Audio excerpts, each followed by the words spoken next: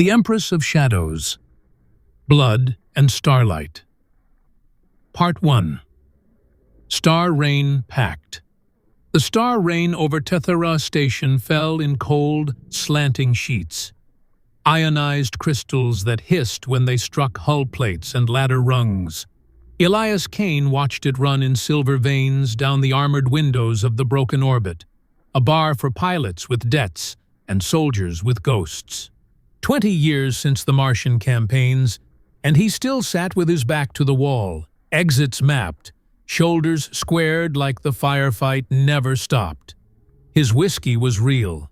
The bartender swore it came from Kentucky, aged in barrels that never tasted synth. He didn't drink it so much as hold it, like a friend he didn't deserve. The door irised open and the temperature dropped 3 degrees. Conversations frayed mid-word. Even the Krellian bouncer, 8 feet of cartilage and bad habits, took a step back. She entered without hurry. Valeris de Raven wore shadow like it had chosen her. Skin pale with a soft inner luminescence, hair the black you only see between galaxies, and eyes the color of fresh arterial blood under cold light. There was grace in her movements, the kind predators have when they don't need to prove anything. Elias's hand slid toward the holster under his jacket, not to grab the pistol, just to remember it was there. Valeris's gaze drifted across the room, and all the little feuds at all the little tables died under that look. When her eyes found him, a smile touched the corner of her mouth, too knowing, too amused, hinting at teeth that were not for show. She crossed the floor as if weight and friction were rumors, and slid into his booth like it belonged to her. "Elias Kane," she said, voice poured velvet over cut glass. "Wraith Runner, war-scarred, pilot with a map of all the ways out. That name," he said, jaw tight, "belongs to someone I buried." "And yet," she answered, gesturing at the whiskey, the corner seat, the mapped exits, "he keeps standing up." "Lady," he said, "if this is bounty hunter theater, save us the monologue." Her smile didn't move. "Valeris de Raven, and I require passage.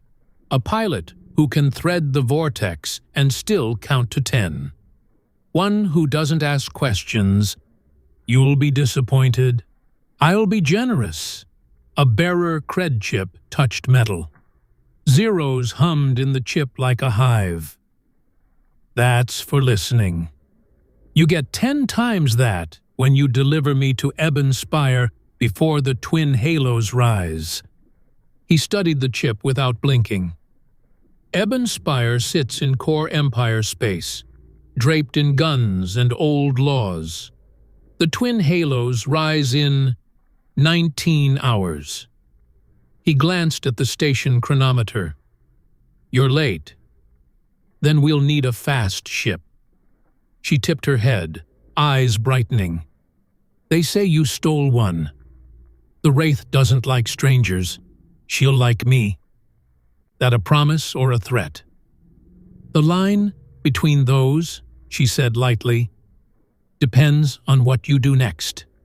The door exploded inward. Clean charges, overlapping fields of fire, smoke designed to blind thermals but not optics. Genesis wardens in matte black phased through the breach, helmets like insect masks, rifles humming. "Kitharon sends his regards, Princess," a vocoder rasped. "Time to come home." Valeris didn't look at them. She looked at Elias. "Is your ship in Bay 12?" she asked. "Or do I pick a different pilot?" He didn't decide. Old muscle memory did. Elias moved, dragging her sideways as the booth atomized into splinters. He put 3 wardens down with 3 tight shots while rolling off the table's shattered spine. She rose with him, coat unfurling like winged dusk. Rounds found her and did not. Angles bent where they should have stayed straight. The crowd vanished the way crowds do when history walks in with guns. They hit the window shoulder first. Glass became knives. Vacuum kissed wet air. Star rain needled their faces, and gravity introduced itself like a wooed cousin. Elias braced for the bone-breaking stop that didn't come. Valeres caught him in a cradle of force that smelled faintly of cold iron and stormlight, and turned the alley into a landing net. "Impressive," she said, unbreathing. "You weren't oversold." "Save the performance review," Elias answered, already sprinting. 6 blocks, maintenance tunnels. "Stay with me?" She stayed. Of course she stayed. Predators pace easily. They cut through a vendor row shuttered by curfew, past stacked crates of oxygen scrubbers stamped with relief agency seals, stolen like everything here. Pulse fire chewed the walls behind them, then got thoughtful about geometry. Elias went right when the wardens thought left. He always had a gift for pissing off math. "Why Ebonspire?" he asked between breaths as they slid through a door marked "No Service" and descended into old war tunnels that still reeked of ozone. "The Ascension Rite," she said. "Once each millennium, when the twin halos crown the citadel, the throne recognizes blood. I am the last Duraven with a legitimate claim.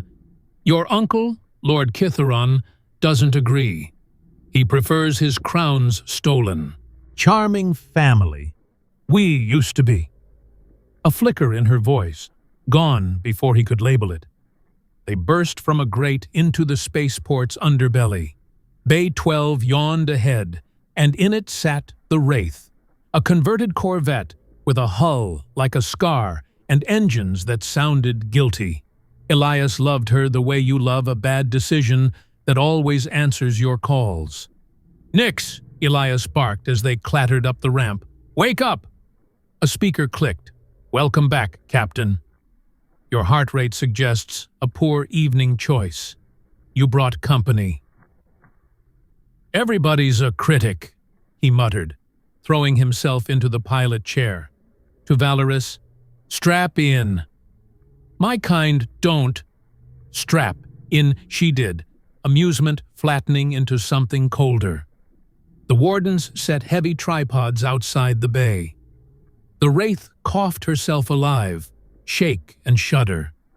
Then the engines found their line and sang like knives on stone. "Launch corridor is obstructed," Nix reported.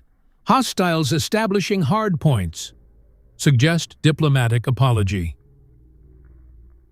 "New suggestion," Elias said, and gunned the ship. The Wraith leapt. Rounds stitched the air where she'd been. Elias rolled tight around a scaffold, scraped paint, ignored the alarms that enjoyed their work too much, and dove into the star rain. The cold fire ate at their shields. He flew small.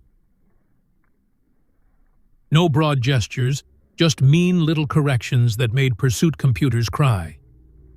3 Coalition cruisers on intercept, Nix said. Weapons hot. Surrender demands queued. Jump window? 42 seconds to spin. 40 seconds until we're soup. Valeres unbuckled. Keep flying. I'll quiet them. Quiet who? Elias snapped.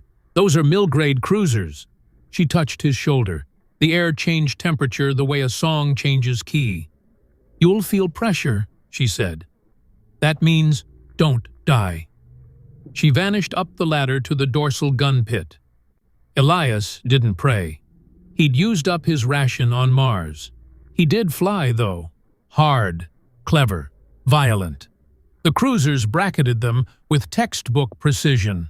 Textbooks never include what he did next. He slid between overlapping targeting cones so the cruisers painted each other, then yawed into the wash of one big gun to slingshot around it like a thieving comet. Jump cores at 30%, Nyx warned. Shields, 50-40-40, is an elegant number to die on. Working on it, Elias murmured, lenses flooding his eyes with vector math he didn't need to think about to obey. Not yet, Valorus's voice came through the ship, doubled, like there was harmony inside it. They hunted a Deraven. They should learn the invoice. The Wraith's defensive lasers, famously mediocre, woke sobbing with power they didn't own. Valorus didn't shoot a cruiser. She cut a hole in space between two. Reality wrinkled, sighed, and pinched. A gravity scar appeared exactly where a captain would least like one. The lead cruiser corrected. Gravity didn't care. Metal groaned in the language of dying bridges, and then there were fewer tactical problems to solve. Jump cores at 90, Nyx sang. We can leave this educational field trip in 3, 2. Valorus dropped through the hatch, paler, eyes full of the dark red that means appetite or war. Now, Elias pulled the lever like it owed him money. Stars became threads, then tunnels, then a long throat that swallowed them whole. In hyperspace, silence has a shape. The Wraith hummed like a sleeping animal. Elias let go of the breath he'd been arguing with. What are you? She buckled back in, composed and not. Valeris Deraven, last pure heir of the Crimson Spiral, exiled to the Milky Arm. The empire I was born to has forgotten itself. Kitharon remembers too well. You just turned my lasers into theology. You accepted my pact. What pact? She raised her fist and gently tapped his, a fist bump that landed light and detonated later. Blood bond. Temporary. Unless completed before the halos rise. Elias stared at his knuckles like they belonged to someone he'd just met. Lady, where I'm from, a fist bump says hello, not till death do us quantum part. Where I'm from, she said, and those ancient eyes softened. We once had other ways. This is what's left. The tunnel around them stuttered. The Wraith shivered. Something outside banged on the door of physics. Captain, Nyx said carefully, our coordinates are being moved. I did not schedule that trap. A misfortune of that magnitude should be shared, Nyx replied. We're being pulled, vortex belt, by my sins. Hang on, Elias said, and reality agreed to argue later. They spilled from hyperspace into a graveyard, shredded ships, continental slabs of asteroid, the bones of weapons nobody admitted had existed.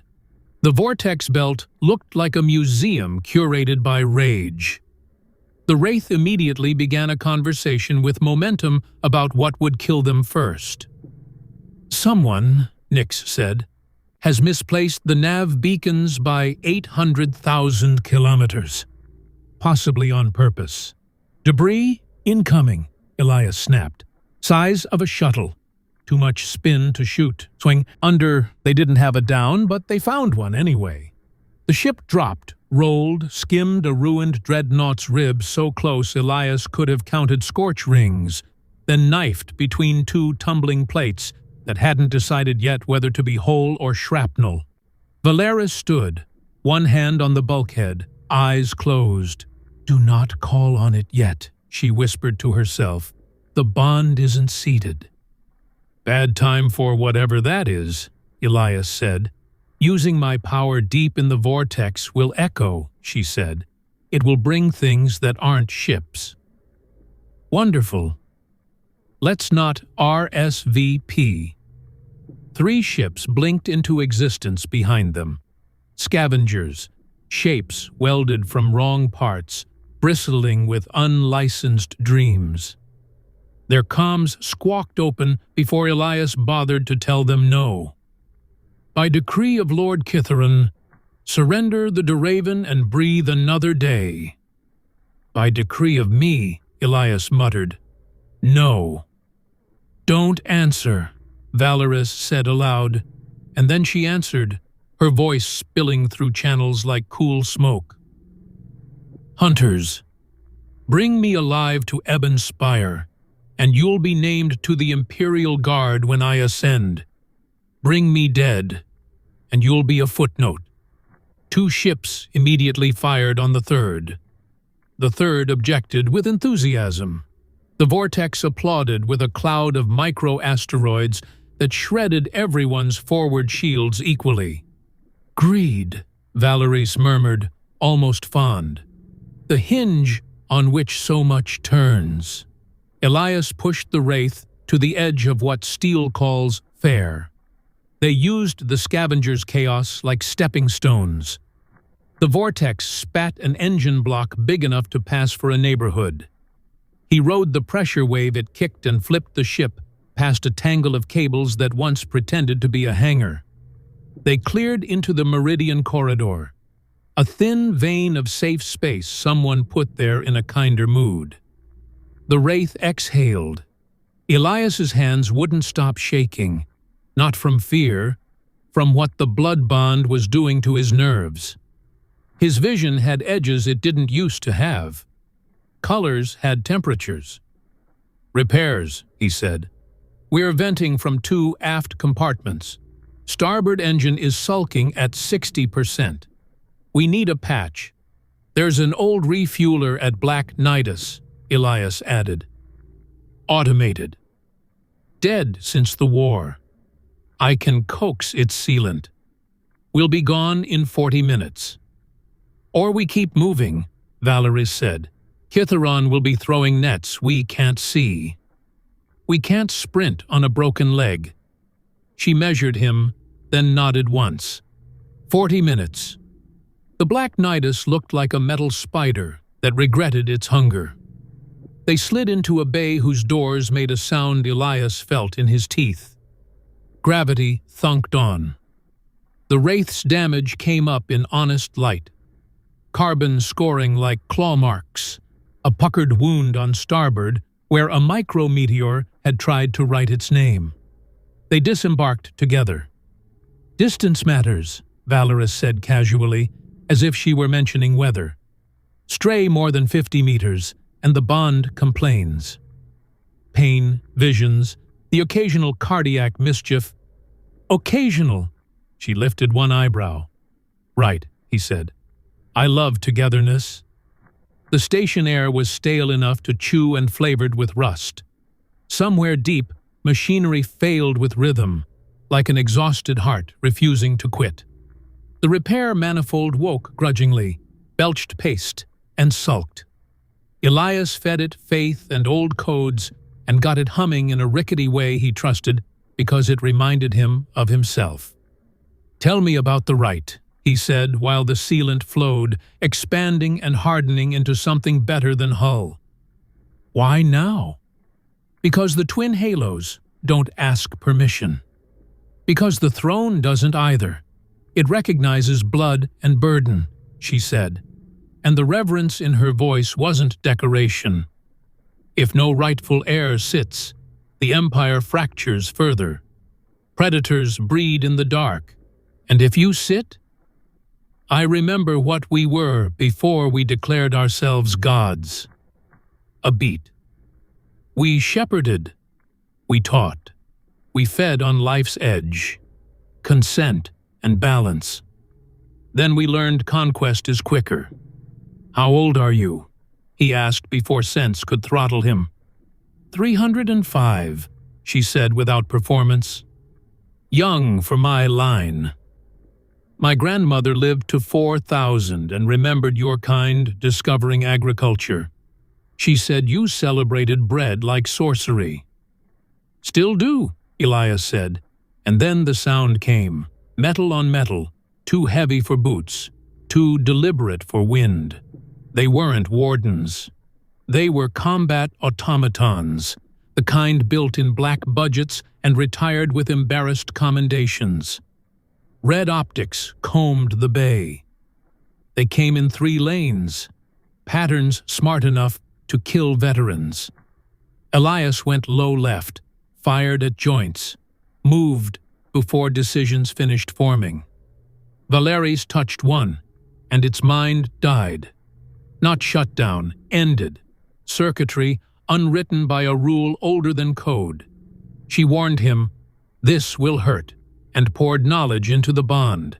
Aim here, step there, now. 30 violent seconds later, silence fell indents. A voice came over hidden speakers, smooth, cultured, curved like a knife that enjoyed its work. "Impressive, niece. He last Duraven dances with a human. Our ancestors would kill you both for the joke, Kitharan," Valerie said, calm as a winter lake. "Still hiding behind machines, merely measuring you," he purred. "You're thinner than rumor. He is interesting. It will be entertaining to break him in front of you." The channel clicked dead. The station shuddered as if something large had remembered it. Gunfire started on levels they weren't on yet. "Time's up," Elias said. They ran. Corridors collapsed in sparks behind them. The Wraith sensed a poor trend and spun up engines unasked. Between their ship and them stood a figure in ceremonial black armor, veined with crimson sigils that crawled like ink in water. Rex Calder opened his helmet. Elias's stomach fell into old fire. "Rex," he said, "you're supposed to be dead or drinking badly on Ceres." "Doing neither," Rex replied in a voice with the edges machined off. The orbital tattoos at his temples were now ports. "Kitharan has my family. Help me deliver the princess and they live. Refuse, and he kills them anyway," Elias said. "Men like that don't leave witnesses. You know this. I know you left Mars," Rex said, and the flatness cracked, showing heat. "You took the blame, wore it like a medal, and we rotted off screen. Do you know what happened to Bran? Or Yao? Or—" "Every night," Elias said. "It doesn't change what's about to happen." Rex came with a plasma blade that sang hungry. Elias parried with whatever the bay offered, length of pipe, half a brace, then a welding arm. Bloodbond sharpened his timing until he moved in the blank slice between beats. Rex had reach and armor and unpretty improvements. Elias had reflex and a woman behind him who could turn energy into regrets, but couldn't. Not yet. Not here. Not with the vortex still listening. Rex tossed a null-field wafer at Valeris. It bloomed in a violet hush and knocked the power out of the air. Valeris staggered, first time Elias had seen that, and braced on a rib of the station, eyes furious, human for the width of a breath. "Kitharan thought of everything," Rex said, blade raised. "You can't win this." "I don't have to win," Elias said, flinging a fistful of industrial lubricant into Rex's cybernetic eyes. "I have to survive." Rex swore, blinded. Elias tackled, drove them both into a control panel that protested by exploding. Heat punched the room. Alarms practiced scales. When the smoke retreated, Rex lay on his side, armor sparking, ports weeping light. "My family," he whispered, real tears cutting lines through ash. "He'll kill them." Valeris knelt despite the null field dragging on her bones. She touched Rex's brow. Only skin, no power, just a terrible gentleness. "He already did. 3 months ago, he keeps you with their ghosts." Rex's breath hitched. The blade in his hand flickered, then died. He reached toward Elias and found air. "Engine housing," he said, voice fracturing. "Tracker. He knows everywhere you go, his ports guttered out, and Rex Calder, the smartest bastard Elias had ever trusted, went quiet in a ruin, where he'd tried to save what couldn't be saved. They didn't mourn. The station was mid-collapse, and the Wraith was listing impatience. Elias ripped the tracker out of the aft housing and crushed it under boot. Fighters knifed into the bay. Kithaeron stopped sending questions. They launched. The Wraith slid through a blizzard of fire, used an exploding bulkhead as cover, sheared a fighter that got cocky on the nose, and clawed for vacuum. Nyx complained about red lines. Elias thanked her for the poetry and kept breaking rules. "Jump solution locked," Nyx reported. "But another jump at our current thermal profile might unmake us." "Better us than Kithaeron," Elias said. Valeris grabbed his shoulders. "I can put more through the bond," she said. "It will change you. For minutes, you won't be entirely human. You'll fly the Wraith like your own second body. The price will arrive later." He glanced at the tactical display, nets tightening, guns warming, time shrinking. "Do it." Her hands were cold on his skin. The world went crimson. Elias screamed, and then he didn't, because the ship was part of him. Struts like tendon, conduits like arteries, shield harmonics like breath. He moved, and the Wraith moved, and the gap between those two truths vanished. Fighters came in hungry. He reached with localized grav and broke their appetites. A battlecruiser fired its main gun, the kind that writes epitaphs for moons. He caught it on the shield, ate the energy through systems Rex had installed and never confessed, and returned it with interest. The cruiser split like a bad idea. They fell into hyperspace again, and the power retreated like a tide, ripping sensation as it went. Elias collapsed into the chair, tasted copper, heard his heart stutter. Valeris caught him with hands that glowed only a little and made the glow go into him. "Stay," she said, and the word shook. "Ebon's spire is near.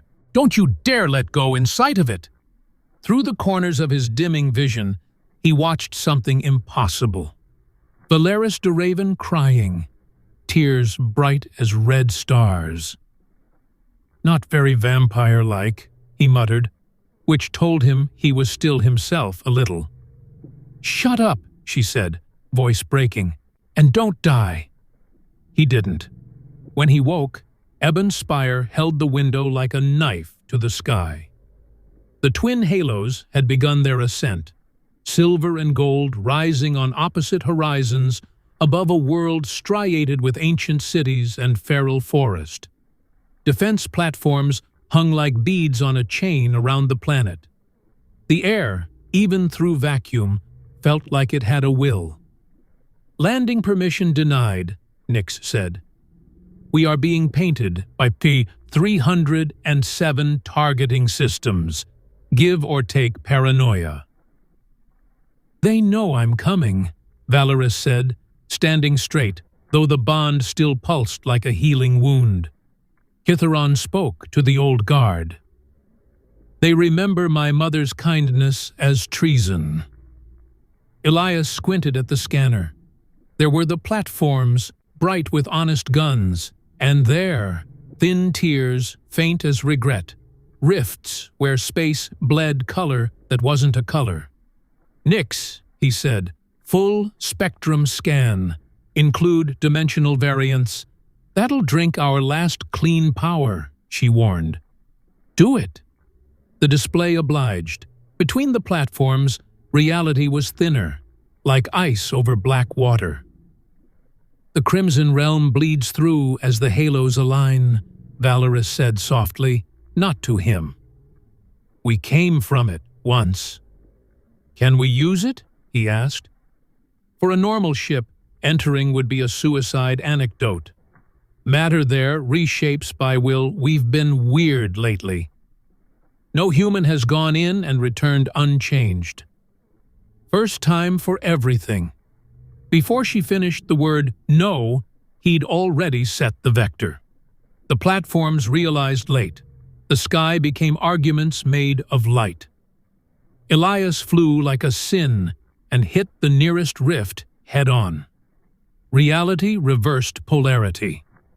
The Crimson Realm wasn't red. It was anti-color, the part of the spectrum that exists when you close your eyes hard. The Wraith groaned, not from stress but from unfamiliarity. Metal remembering it used to be ore, circuits remembering sand. Elias felt himself fray, his mind offering him 1,000 possible lives at once. A boy stealing apples, a soldier cutting a city, an old man planting herbs in cracked dirt. Focus. Valoris's voice found him like a hand in a river. Will the ship to remain? Think of it as limb, not tool. He did. The Wraith took shape around that decision, stubborn as his pulse. They spilled from the far side of the planet inside the defense ring, trailing not smoke, but indecision. The Crimson Citadel rose on the night side like geometry, having a dream. Towers that disagreed with themselves, stairs that argued up and down simultaneously. A central court humming with thousands. Kithaeron is already here, Valeris said. Black ships coiled around the citadel like leeches. He'll try to pry the throne with corrupted blood. Elias brought the Wraith down hard, carving a landing trough through a ceremonial garden that had clearly taken centuries to groom. "Bill me," he said to no one. They hit skids and skidded to hit. The hatch blew before they ordered it. A figure in true crimson regalia stepped through, helmet under arm. Their face had too many ancestral angles to be human. "Princess Valoris," they said, voice like a standard raised. "Commander Thrace, last of the royal guard that remembers our vows." We slept. We waited. "We answer now," Valoris inclined her head a fraction. "The amount you give equals." "I thought the guard died with my mother." Most did. The wise stored themselves in stasis for this hour. The citadel wakes to your blood. Thrace's gaze slid to Elias, assessing. "You bring a human to the right. Unorthodox." "He bears the bond," Valoris said. "He stands where I stand." "The bond has not been invoked in 1,000 years, Thrace said, stepping in until Elias could smell metal oil and old ceremonial incense. "Do you understand what you did, Princess? If you take the crown, it fixes. He becomes your consort." Permanently, Elias's heart made a sound he hoped no one else heard. "Pardon?" Valeris didn't quite wince. "I intended to mention that between gunfights." "Great," Elias said. "We can file the marriage license after we don't die." The citadel shook like a sleeping beast remembering hunger. Corrupted wardens poured into the court, bodies moving with a liquid wrongness, torsos growing interim anatomy that flickered in and out of alignment. "He's been feeding them crimson energy," Thrace said, horror unhidden. "They're dying while they fight." "Then we end it fast," Elias said, checking the charge on weapons that mattered less here than choice. He looked at Valoris. "Whatever happens, I'm here." Bond or no bond, permanent or postmarked. Something human and unshielded moved inside those ancient eyes. "I know," she said simply. "That's why I chose you. I chose." The floor became a shifting mosaic of ancestral trials. Valeris and Kithaeron were drawn into a widening circle, a dueling ground, older than any law. He raised his hand, and chains of blood erupted from the ground, lashing toward her. She countered with dark energy that pulsed like a living heartbeat, shattering the chains in shards of light. "You're still a child," Kithaeron said. "You were always too gentle to wield what you are." Valoris's eyes flared red, her fangs visible now. "I was gentle because I chose to be. Not because I was weak." Their clash shook the citadel. Energy crackled between them like black lightning, carving through the air and slamming into the great pillars. Spectators shielded their faces. The throne watched, neither judging nor intervening, only measuring. Elias could feel every strike through the bond, like a heartbeat not his own. He wasn't just watching her fight. He was inside the current, riding the edge of her will. Her power brushed the corners of his mind like an ocean testing a fragile shore.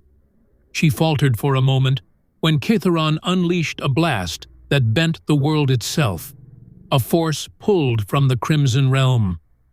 She fell to one knee. "Valoris!" Elias shouted. Kithaeron laughed. "You can't beat me, child. I fed on empires while you hid among rats." But the bond did something unexpected. Elias felt the weight of the right, the pulse of the throne, and the pull of Valoris's bloodline. It invited him, not as a vampire, but as her anchor. And for the first time, he didn't resist. He stepped forward into the dueling circle. The throne did not reject him. 4. The human and the Empress, Kithaeron, blinked. "A human? The throne allows this?" Elias's voice was low and steady. "She's not alone." Valoris rose beside him, the crimson sigils around her glowing brighter. She extended her hand, not for power, but for him. When he took it, the bond roared to life. A storm with a name. A blast of red light surged outward, striking the air like a supernova. The citadel shuddered. Kithaeron staggered back. "No," he hissed. "No! This is my empire." "Not anymore," Valoris said. "It never truly was." Their combined power rewrote the dueling ground. The throne recognized two wills bound as one. Ancient laws that had lain dormant for centuries bent to the bond. Kithaeron screamed and lunged, his form distorting, becoming something between vampire and cosmic serpent. His teeth lengthened, eyes glowing like dying suns. He struck like a god who had forgotten mercy. Elias and Valoris struck back as one. 5. The breaking of Kithaeron. The fight tore through the citadel. Stone screamed. The halos above bled light through the ceiling. Kithaeron launched black blades made from starbone. Valoris countered with sigil fire older than the Empire itself.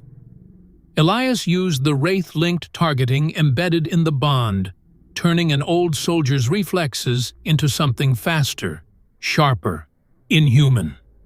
He dove, slid under Kithaeron's arc, and fired a round infused with Valoris's blood through her palm. It punched through Kithaeron's chest and detonated like a crimson sun. Kithaeron roared, but he didn't fall. He clawed through the smoke, burning, flesh unspooling into shadow. "I am the Empire," he snarled. "I am the blood." Valoris stepped forward, eyes steady. "You were its parasite." She drove her hand into his chest and whispered words in a language the stars themselves had forgotten. His power bled out through the floor into the throne. Kithaeron screamed, not like a man, not even like a monster, but like a kingdom being dragged into the grave. And then he was ash. 6th Coronation. The throne stood waiting. Valoris walked toward it slowly. The crimson light followed her like a tide obeying the moon. Elias stayed where he was, half in awe, half in exhaustion. Thrace knelt first. The nobles followed. One by one, soldiers lowered their weapons. Even the citadel itself seemed to exhale. Valorous turned to Elias before stepping onto the dais. "When I sit, the bond becomes permanent. You'll be tied to me, not as thrall. As consort, yeah," he said hoarsely. "I gathered. You can still walk away." He shook his head. "I already didn't." Something softened in her eyes then, something that belonged not to empires, but to people. She sat. The throne of Ebon Spire awakened fully. A crimson crown rose from its back and lowered onto her head like night itself, choosing a queen. The halos flared gold and silver. The ancient empire of blood had an empress again. The bond snapped into permanence. Not a shackle, but a bridge. 7. The empire stirs. All across the galaxy, old citadels that had lain dormant flickered with crimson light. Relays that hadn't transmitted in centuries whispered her name, Valoris de Raven. Elias felt it too. 1,000 stars turning their heads. She rose from the throne, transformed yet utterly herself. "The Empire is awake," she said, "and now we must decide what kind of future it will have." Elias took her hand without hesitation. The citadel roared its approval. End of Part 2. Kithaeron's Fall and the Coronation of the Empress of Shadows. Next part, Part 3, will follow the aftermath. The Council's fractured loyalties, the external galactic powers reacting to her ascension, and the first shadows of a far older war beyond the Crimson Realm. Part 3. Aftermath and the Gathering Storm. The Citadel was alive again. Where once it had whispered like a mausoleum, now it throbbed with ancient power, crimson veins pulsing in the stone, the twin halos blazing above like celestial witnesses to history reborn. Smoke from the battle drifted upward in slow ribbons. The air itself seemed to hum with recognition, as if the throne room was remembering how to breathe. Elias stood near the base of the throne, one hand pressed to the rail to steady himself. The bond pulsed through him like a river he hadn't chosen to step into, but now couldn't imagine leaving. He could still feel Valoris, her breath, her pulse, the sharp weight of her power, like a star caught in a cage. Above them, banners that had once borne Kithaeron's sigil burned away in silent flames. In their place unfurled the mark of de Raven, a black phoenix rising through a crimson sun. The nobles watched, some kneeling with bowed heads, others still frozen between old loyalties and new fear. Valoris, now crowned Empress of the Crimson Spiral, rose slowly from the throne. "The Empire has slept long enough." Her voice filled the chamber without needing to shout. "It will not be ruled by parasites and cowards, nor by a shadow of what it once was. It will be ruled by blood with will and by law." The declaration rippled through the crowd like heat through ice. 1. The Council of Cinders Thrace stepped forward, kneeling with a soldier's precision. "Your Majesty, the Council of Cinders, the last highborn lines still loyal to the Empire's structure, await outside the gates. Some have already sworn fealty. Others wait to see if the blood you bear is strong enough." Elias snorted under his breath. Always politics after the fireworks. Valoris gave him a look both sharp and amused. "Empires don't die in battle, Elias. They rot in the whispers." After she raised her hand. "Bring them in."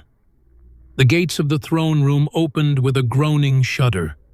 A procession of figures entered, robed nobles, cybernetic lords, and war tribunes from the far systems. Creatures old and young, pure blood and hybrid. All of them bound by one thing: ambition. At their head walked Marquis Valen, a tall, elegant figure whose skin was pale blue, veins like threads of liquid silver. His smile was made of silk hiding razors. "Empress Valoris," he said, bowing low but never taking his eyes off her. "The Council of Cinders recognizes your claim and awaits the terms of their continued existence." Thrace bristled, but Valoris only inclined her head slightly. "Then hear them," Valen smiled wider. "The bloodlines require autonomy in their outer systems. Our fleets will not bow without guarantees. Our houses will not kneel without shares of the new dominion." Elias muttered, "Of course." "New queen, same snakes," Valoris didn't blink. "You misunderstand me, Valen. I'm not here to bargain. I'm here to restore." The hall grew colder. "If you kneel," she continued, "you'll have a place in the new structure. If you resist," her crimson eyes narrowed, "then your houses will be buried beneath the ashes of Kitharon's treason." For the first time, Valen hesitated. The air itself seemed to lean in. Then, slowly, gracefully, he bent the knee. One by one, the others followed, all except 3. 2. The fracture.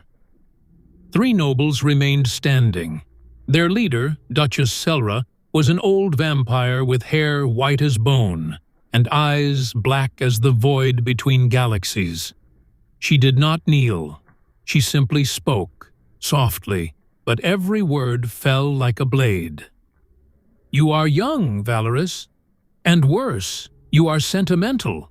Kitharon was a tyrant, yes, but he kept the outer systems in line. You bring hope." She spat the last word like venom. Valoris's expression didn't move. "Hope terrifies tyrants." "It also kills empires," Selra hissed. "If you will not let us rule our domains as we did before, we will not kneel." Elias stepped forward, the soldier in him already calculating firing angles.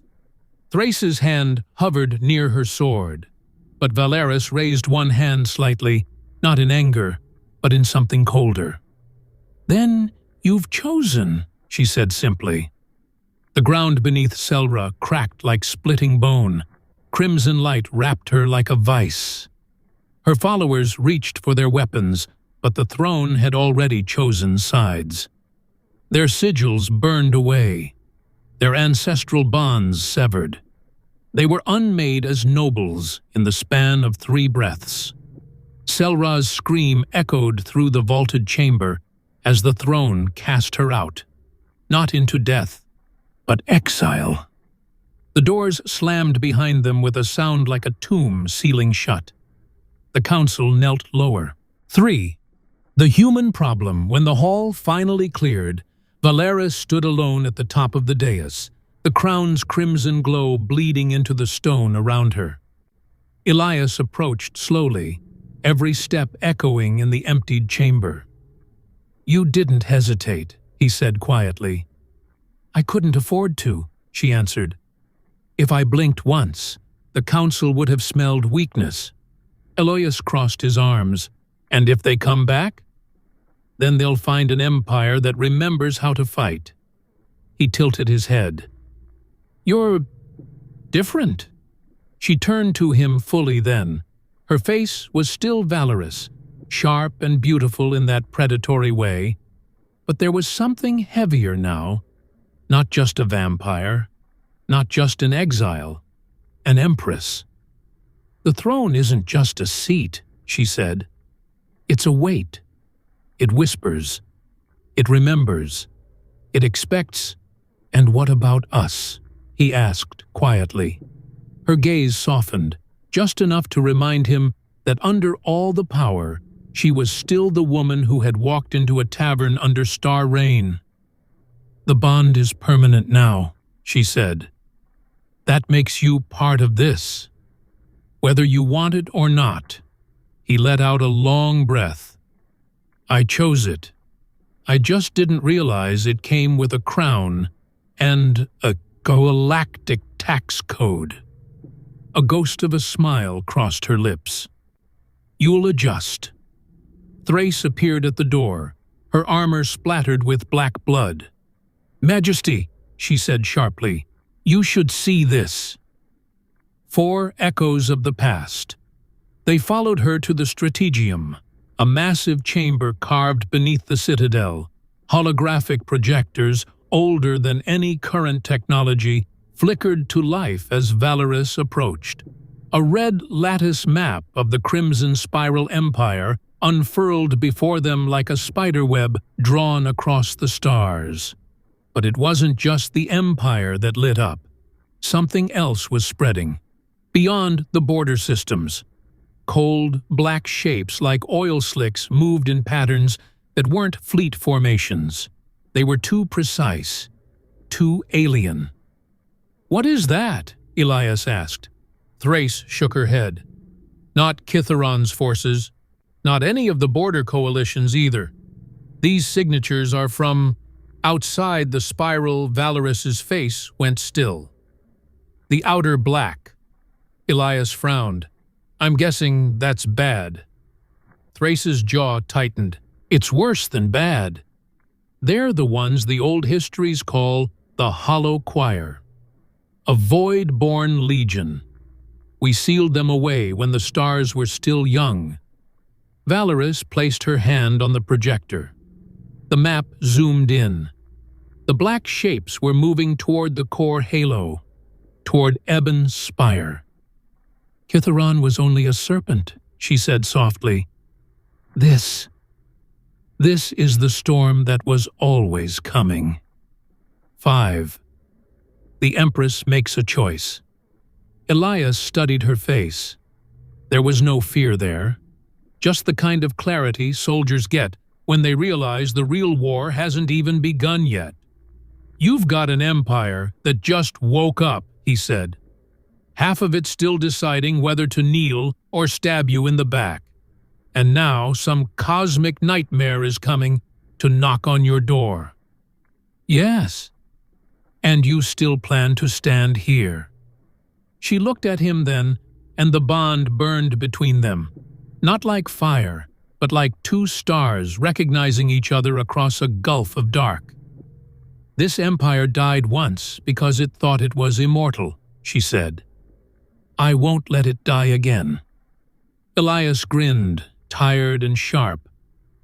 "Guess I'd better get used to war councils." "You will," she said softly. "You're not just bound to me, Elias. You're part of the throne now. You're the blade I trust to face what comes." Thrace placed a data slate before them. "Majesty, word is spreading fast. Some systems are swearing allegiance. Others are arming themselves. We must decide where to strike first." Valoris's eyes turned crimson bright. "No, we won't strike first. We'll prepare the Storm 6. Shadows beyond the rim." As the council assembled again, messengers arrived with reports. Fleets gathering near the vortex belt. Rogue lords forming uneasy alliances. Whisper networks speaking of a human bonded to the Empress. On the far edge of the galaxy, deep within a forgotten system, the Hollow Choir stirred. Their ships were not ships, but organisms, their songs a frequency that cracked lesser minds. Their eyes turned toward Ebon Spire, and in the black between stars, a single phrase was whispered in a language older than suns. "The bloodline wakes." The gate must fall. Part 4. The Crimson Alliance, the banners of the Duraven Empire, had not flown in the stars for nearly a millennium. Now they burned across the void like a waking dragon. Valerie stood at the heart of the command spire, a black tower rising from the center of the citadel. Around her, thousands of holographic projectors bloomed to life, one for every fleet, every vassal world, every lord that had answered the new Empress's call. The galaxy was watching her. Elias stood at her right hand, his uniform still a patchwork of scavenged armor and flight leathers, but now bearing a crimson phoenix insignia on the chest. The nobles didn't love that a human stood beside their empress, but none of them dared speak openly against the bond. Not after seeing Kithaeron fall. Thrace paced behind them, her ceremonial armor replaced with a war harness from the old guard, etched with the sigils of the last imperial campaign. Every movement of hers was a reminder that the Duraven Empire had once ruled through strength, not whispers.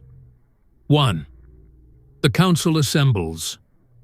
Systems pledging allegiance as of this hour, Thrace reported crisply, her gauntleted finger tracing over the glowing map, include the Varic Rim, the Malith Cluster, and the Outer Pearl worlds. 312 fleets are confirmed. More are signaling but haven't broken from local powers yet. Elias squinted at a sector glowing amber. And those? Thrace's expression hardened. The Ashen Lords. Border warlords fattened on Kithaeron's scraps. They won't kneel unless they're forced to. Valeris's voice was low, calm, but edged like a drawn blade. Then we will force them. But Majesty, Valen, the silk-voiced Marquis, spoke up from his floating seat in the council pit. If we burn them outright, we'll only deepen the fracture. If we leave them alone, they'll make pacts with the Hollow Choir. We must move carefully. Elias crossed his arms. You're suggesting diplomacy with a pack of vultures. I'm suggesting we don't turn vultures into martyrs, Valen purred. The room buzzed with low voices, nobles debating strategy, warlords testing their new empress's temperament. Elias had seen rooms like this before, not in citadels, but in war bunkers, where lives were traded like chess pieces. He hated these rooms. Valerie's didn't raise her voice, but the chamber quieted anyway. We will give them one chance to kneel. One envoy, one message, no negotiations, no second chances. 2. The envoy. That night, a single ship left Ebon Spire, the Wraith. Its black hull cut through the starlight like a blade wrapped in smoke. Inside, Elias sat in the pilot chair, Thrace manning the tactical station behind him. Valeris stood near the viewport, arms clasped behind her back, every inch the Empress, but also the woman who had once fist-bumped him in a bar under star rain. You don't trust Valen to send the envoy, Elias said, adjusting the jump vector. I don't trust anyone else with my message, she replied. And neither do you. He smirked. True. Their destination, Ashen Reach, a fortress world orbiting a dying red star, seat of Lord Asher Vorn, warlord, slaver, and self-proclaimed King of the Border. The kind of man who'd turn the Hollow Choir into an ally if it bought him 5 more minutes of power. 3. Ashen Reach. The Wraith came out of hyperspace into a graveyard. The Ashen fleets floated like carrion birds, rusted but armed, engines burning with stolen cores. Vorn's citadel was built into a planetary husk, its towers spiked with the bones of war machines and the crucified remains of anyone who had defied him. Friendly place, Elias muttered. Thrace didn't even look up. Keep your gun loose. A transmission crackled. A voice like oil over gravel filled the cabin. "Well, well, the little exiled princess dares darken my star. I was beginning to think the Duravens were just old ghost stories." Valeris stepped forward. "This is not a parley, Vorn. I am Empress. You will kneel." A laugh, low and mean. "I kneel to no one. Then you will burn." The line went dead. "Elegant diplomacy," Elias said dryly. She glanced at him. "I'm improving." The Ashen fleets moved first. 4. The first skirmish. 30 warships turned their guns toward the Wraith. Vorn clearly wanted to make a spectacle of killing her himself. Elias didn't wait for their targeting systems to settle. "Nix," he said to the ship AI. "Give me something poetic." "How poetic, Captain?" "Make them regret monologuing." The Wraith dived into the Ashen formation, slipping between missile salvos and beam arrays that had once belonged to Kithaeron's border fleets. Elias didn't fly like a man. He flew like someone bonded to an empress, like the ship was a heartbeat, and he was the pulse. Valeris stood in the center of the bridge, eyes closed, lips moving in crimson cant. Her power bled into the Wraith, making its hull shimmer with a translucent red aura. Incoming projectiles bent away like metal remembering fear. Thrace's cannons answered. One by one, Ashen ships broke apart in silent, beautiful bursts of flame. "Message delivered," Elias muttered. But the Citadel itself began to charge a planetary lance, a siege weapon capable of cutting ships in half. Valeris opened her eyes. "Get me in close," she said. 5. The red crown burns. Elias dropped the Wraith into a screaming descent through the planetary defense grid, spinning and twisting like a blade dancing on the edge of insanity. Thrace took out the tower batteries with surgical precision, clearing a path to the heart of the Citadel. Valeris moved to the airlock. "Wait," Elias said, catching her arm. "That's suicide." She looked at him, not as Empress, not as predator, but as someone who carried centuries of blood and now had a throne to defend. "No, Elias. It's war." She stepped into the storm. The airlock opened, and the Empress of Shadows dropped into a warlord's fortress, alone. 6. Duel of Fire and Shadow. Lord Asher Vorn was waiting for her at the Citadel's core, surrounded by his personal guard, wearing armor of molten black iron, his teeth filed to points. He was massive, half-augmented, a creature built to kill thrones. "Princess," he sneered. "Bow." Valeris landed like silence breaking. Her cloak unfurled behind her like a second night. "Empress," she corrected, "and you should have." The duel began. Vorn's strength was overwhelming. He swung a plasma axe the size of a man, each strike carving shockwaves through steel. Valeris moved like water with purpose, dodging, weaving, and cutting reality itself. Her bloodlight turned the air around her into a storm. Elias and Thrace, watching from the Wraith's external feeds, could only catch flashes, red against iron, elegance against brutality. Then Vorn caught her. One blow smashed her into the stone, hard enough to crater it. "Where's your empire now?" he growled.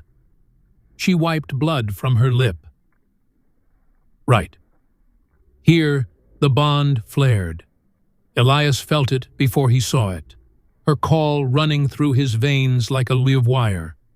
Without thinking, he reached out across the impossible distance. The ship's systems answered him as if she were his own hand. The Wraith fired a pinpoint crimson lance through the citadel roof. It struck Vorn in the chest. Valoris rose in the flash, her blade of bloodlight sliding through his throat with merciless grace. His body hit the floor before his arrogance did. The Ashen Fleet surrendered moments later. 7. The Alliance. By the time the Wraith returned to Ebon Spire, news had already spread across the spiral. The Ashen Lords were broken. The Empress had walked into the Lion's Den and left it burning. More fleets knelt. More banners turned crimson. Elias leaned against the railing of the command spire as the council gathered below. "Well," he said to Thrace, "that escalated nicely." Thrace grinned for the first time since the coronation. You should have seen their faces when her transmission hit the outer systems. I think a few warlords wet their precious command thrones. Valeris entered the chamber, her black cloak still bearing a faint smear of Vorn's blood. She ascended the dais, and the chamber fell silent. "The spiral no longer belongs to scavengers," she declared. "It belongs to its people." To every world that chooses to stand, Marquise Velen bowed deeply. The Ashen Reach has fallen. The Crimson Alliance begins. The council erupted in cheers, but in the corner of the holographic map, the black shapes of the hollow choir continued their silent march through the void. 8. A whisper in the void. Later that night, when the council had dispersed and the stars hung silent outside the command spire, Elias found Valoris standing alone at the viewport. "They're not slowing down," he said quietly, eyes on the map. "No," she replied. "They won't." "You burned a warlord alive today," he added, "and the entire galaxy loved you for it." She turned to him slowly. Her face was unreadable, but the bond gave her away. She felt the weight. She was just better at carrying it than most. "This throne was forged in war," she said. "It remembers how to kill. I just have to make sure it remembers how to lead." Elias leaned beside her. "And the hollow choir?" Valeris's crimson eyes reflected the stars. "They're not just an enemy. They're the reason the old empire fell." His pulse slowed. "Then they're coming to finish the job." "No," she whispered. "They're coming because I woke it up." Part 5. Strategos of the Empire. The Crimson Spiral had not seen this kind of movement in centuries. Fleets stirred like sleeping titans awakening beneath the ice. Forgotten shipyards, once buried under the debris of old wars, were being excavated, refueled, reforged. Merchant lords who had spent decades scavenging the Empire's corpse were suddenly swearing loyalty again, some out of hope, others out of fear. Ebon Spire, the once silent heart of a broken empire, now thrummed with engines and voices. The Imperial Armada was being reborn, and at the center of it all, beneath the shadow of the twin halos, stood Valoris Draven, Empress of the Crimson Spiral, and at her right hand, Elias Kane, not as mercenary, not as pilot, but as strategos, the highest military authority in the Empire, after the throne itself. 1. A title made of fire. The appointment had not been ceremonial. 3 days after the fall of the Ashen Lords, the council gathered in the Great War Hall, their voices hissing like snakes under torchlight. Some argued for a pure-blood commander. Others demanded an ancient house to lead the fleet. But Valoris had already decided. "The Empire will not be led by the ghosts that broke it," she had said. "It will be led by the hands that built its return." She turned to Elias, standing at the foot of the dais, still wearing the same black flight jacket he'd worn the night they fled Tethera Station. "Elias Kane," she said, her voice carrying through the vaulted chamber. "You are no longer an exile. You are my blade, my eyes in war. My strategos." Gasps rippled through the nobles like cracks in old glass. But none dared challenge her openly. They'd seen what happened to Vorn. Thrace smirked like she'd been waiting for this. Valen raised a single elegant brow, calculating as ever. Elias just stared at her. "You realize I'm just a pilot." Valeris's lips curved slightly. "You were. Now you are more too." The armory wakes. 2 days later, Elias stood on the observation deck of Orion Spire, one of the ancient orbital docks surrounding Ebon Spire. It stretched for kilometers, its skeletal frame wrapped around the cold dark like a crown half forgotten.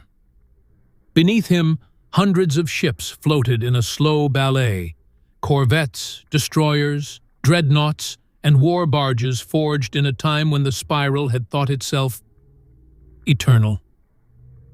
"Half of these things shouldn't even be flying," Elias muttered. Thrace stood beside him, arms crossed, her armor gleaming with fresh repairs. "Half of them won't," she said, "but they don't have to be perfect. They just have to shoot." He chuckled under his breath. "I like you more every day." "Don't," she said, though the corner of her mouth betrayed her amusement. "I'm not nice."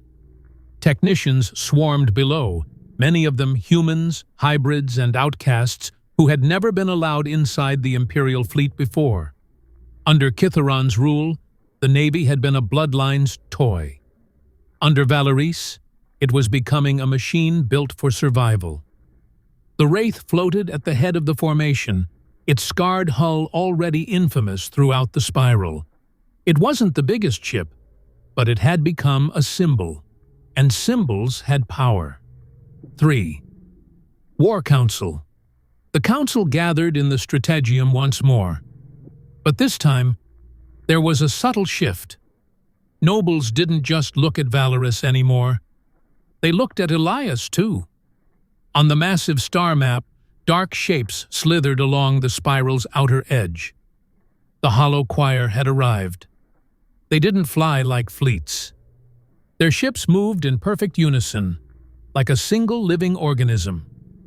They didn't use engines, only quiet, steady pulses of anti-light that bent gravity around them. Where they passed, comm relays went dead. Star stations went silent. "They've reached the vortex belt," Thrace reported. 27 outer colonies have gone dark in 48 hours. Valen leaned forward, his voice sharp as silk. "Their numbers are unknown. Their methods, ancient. The last time they came, we sealed them at the edge of the void. This time, the seal is already broken." Elias studied the map. He didn't see numbers. He saw patterns. He saw flanking corridors, choke points, star lanes they could collapse. "They're not advancing like a war fleet," he said. "They're probing." Testing Valeris glanced at him. "How do you know?" He tapped the map. "This isn't conquest. It's hunting silence." Elias straightened. "We can't fight them like we fought Vorn. We need layered defenses, sector traps, fallback lines, ambushes. If we try to hold everything, we'll lose everything." Valeris nodded once. "Then tell me what we can hold." 4.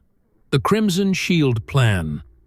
The strategos of the Empire spoke, and the Council listened. Elias outlined what became known as the Crimson Shield Doctrine. Phase 1. Evacuate the most vulnerable Rim colonies. Preserve population, not territory. Phase 2. Fortify choke points at the 3 major corridors into the core. Phase 3. Deploy Crimson fleets, not as walls, but as traps, hit and fade, break formations, force the choir into predictable funnels. Phase 4. Prepare the spire itself as a last bastion. Contain them at the edges, Elias said, hands resting on the glowing map. Bleed them until they learn to fear entering the spiral. It wasn't elegant. It wasn't the grand style of imperial conquest, but it was winnable. Valerice's eyes glimmered crimson. Approved. Valen's voice slithered into the quiet. This human speaks like a warlord. Thrace shot him a glare sharp enough to cut steel. He speaks like someone who's seen war. Have you, Marquis? Valen said nothing, but he bowed. He, the omen beneath the throne. Later that night, as the fleets prepared to move, Valerice descended alone into the catacombs beneath the crimson throne. Elias followed her, not because she asked, but because the bond pulled him there. The catacombs were ancient, older than the throne above, older perhaps than the empire itself. Symbols etched into the walls glowed faintly as Valerice passed, sigils of an age when her bloodline had walked hand in hand with something that wasn't entirely mortal. At the deepest chamber stood a monolith, a slab of black stone floating a few centimeters above the ground. It pulsed faintly, like a sleeping heart. Kithaeron feared this place, Valerice whispered. Even when he sat on the throne, he never came down here. What is it? Elias asked quietly. She placed her hand on the monolith. Crimson veins of light spread across it like lightning. The stone woke. A voice filled the chamber. Not sound. A chorus. Ancient, dissonant, familiar. The choir returns. The blood has been awakened. The gate must close, or the spiral will sing its last song. Elias's skin went cold. That's, Valerice finished for him. A prophecy, written by the first Duraven. The monolith split open like the pages of a book. Inside was a symbol shaped like a crown of thorns, spinning slowly in the air. Beneath it, the Echo Key, a relic of the first war against the Hollow Choir. Valerice turned toward him. We can't just fight them, Elias. We have to seal the Gate 6. Strategic fire. The next morning, the first Imperial armadas moved out. Elias stood aboard the Wraith, now refitted with Imperial-grade tactical uplinks. Hundreds of ships hung in formation around them, engines glowing red like a constellation of blood. His orders streamed across the network like a heartbeat. Strategos Kane. He still wasn't used to hearing it. Valerice appeared on the forward deck, dressed not as a shadowed wanderer, but as Empress in war regalia. Her armor was black and crimson, her crown subtly fused into its crest, her eyes burning with purpose. You've changed the way they look at me, she said softly. No, Elias said, scanning the fleet's readouts. You gave them something to look at. She smirked, and you gave them something to fear. Thrace barked into comms. All fleets aligned. Jump on your command, Strategos. Elias took a breath. For a moment, he thought about Tethera Station, about cheap whiskey, quiet corners, and a life small enough to disappear in. Then he looked at her, and at the stars, and at the storm coming. Execute, he said. 7. The first contact. The fleets slipped into the vortex belt, and the stars themselves seemed to hold their breath. The Hollow Choir waited for them there. Their ships didn't shimmer with metal. They bled darkness. Their hulls were flesh and void, growing and bending as if listening to some song no one else could hear. Their communication was static. Their formation, perfect. "Contact!" Thrace called. "All vectors live." The choir opened fire, not with missiles or beams, but with sound. A deep, subharmonic resonance shook the hull of every Imperial ship. Some of the human pilots screamed as their minds buckled under the psychic pressure. Elias gritted his teeth. "Nix! Frequency modulation! Counterwave pulse! Now!" The Wraith emitted a mirrored pulse through the fleet's relay net. The sound cracked, refracted, then broke. Ships steadied. The line held. Valeri stepped closer to him. Their bond flared, not in fear but in synchrony. Elias raised his voice into the comms. "All ships, cut their wings. Make them feel us." The spiral fleet surged forward like a blade of red fire. The hollow choir answered with silence. Part 6. Battle at the Vortex Belt. The Vortex Belt was not a battlefield meant for mortals. It was a graveyard wrapped around a black star, a region of fractured orbitals, derelict dreadnoughts, and debris fields so thick entire fleets had disappeared inside without leaving an echo. Once, in the First War, this place had been a seal, the front line where the hollow choir was locked away.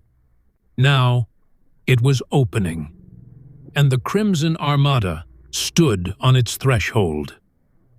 Elias Kane stood at the command helm of the Wraith, the entire Imperial fleet hanging in the void beyond. On the tactical holo, choir formations rippled like black oil spreading over water. There were no breaks in their lines, no chatter, no hesitation, just an organism breathing war. Valerie stood beside him, armored in shadow and light. The bond between them pulsed like a shared heartbeat, drawing their senses closer than words ever could. "Elias," she murmured, her voice calm even as the stars themselves seemed to dim.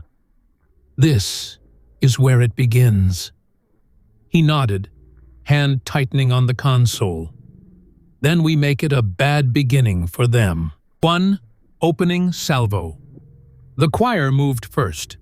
Their ships didn't fire missiles or beams. They sang. A deep, resonant frequency rolled across the vortex like the heartbeat of something impossibly ancient.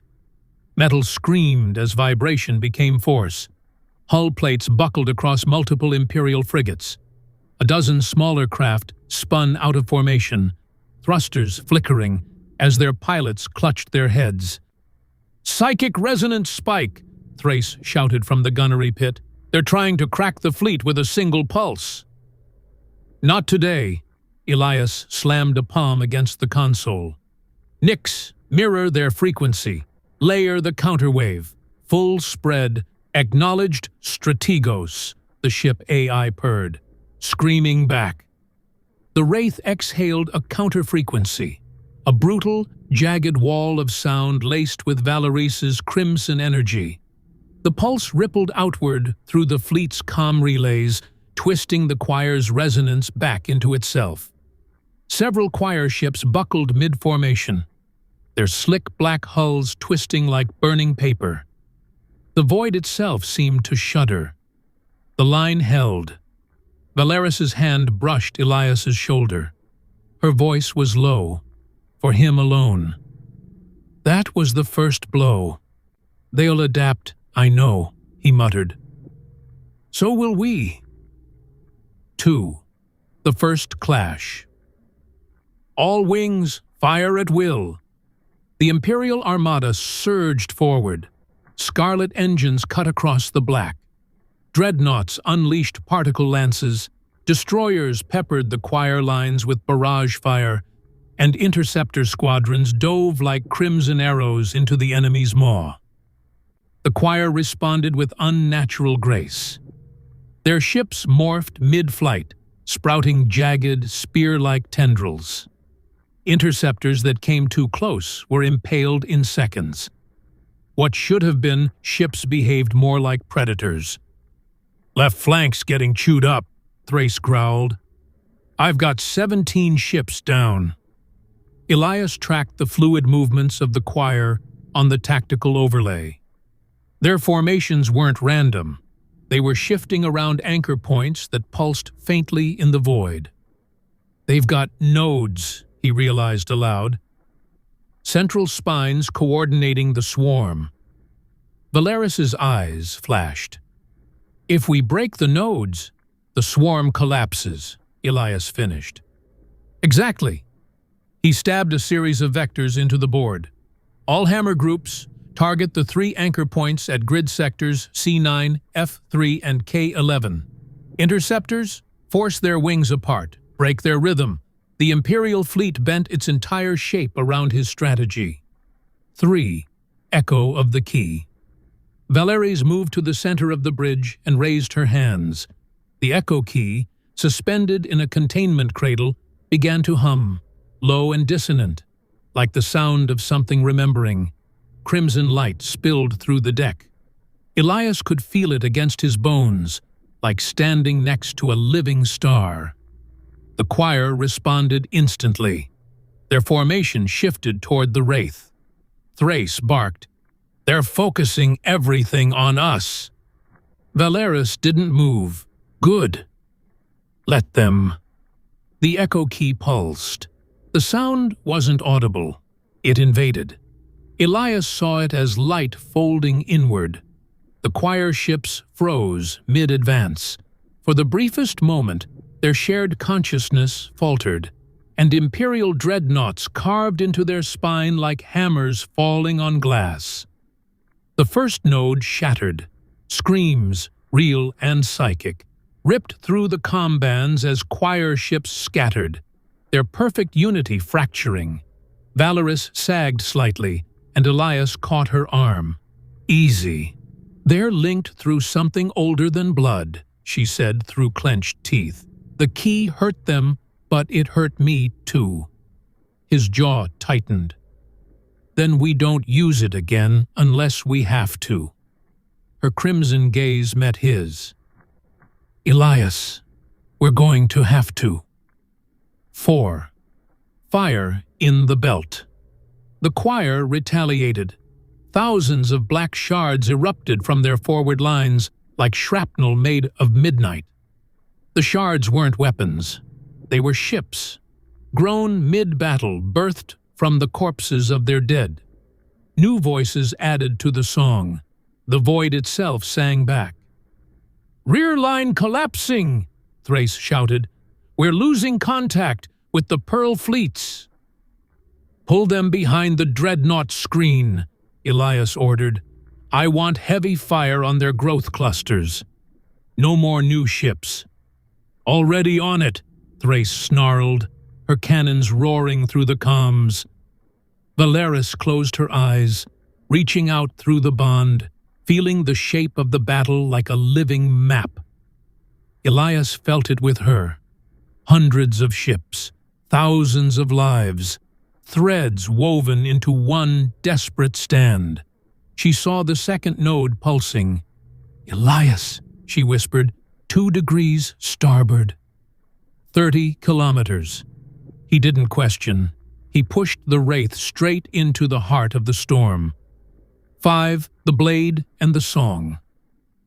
The second node was buried inside a choir battleship the size of a small moon. Its hull shifted like liquid shadow, tendrils snapping toward the Wraith as it approached. Elias pushed the ship faster. "Nix, overload the forward shields. We're ramming through strategos," Nix replied smoothly. "I have always wanted to die dramatically." 1. The wounds of victory. The Crimson Armada slowly regrouped in high orbit around the belt. Dreadnoughts powered down wounded cores. Damaged interceptors clung to carriers like fledglings returning to the nest.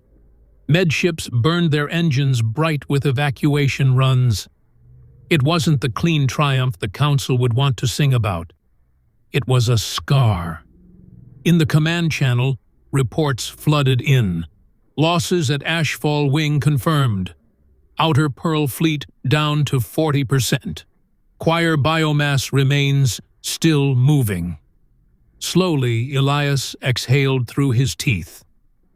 Get every salvage unit out of there. I want the choir fragments in containment, not floating around and like cursed confetti. Thrace nodded. On it. He turned to Valoris. You're burning out.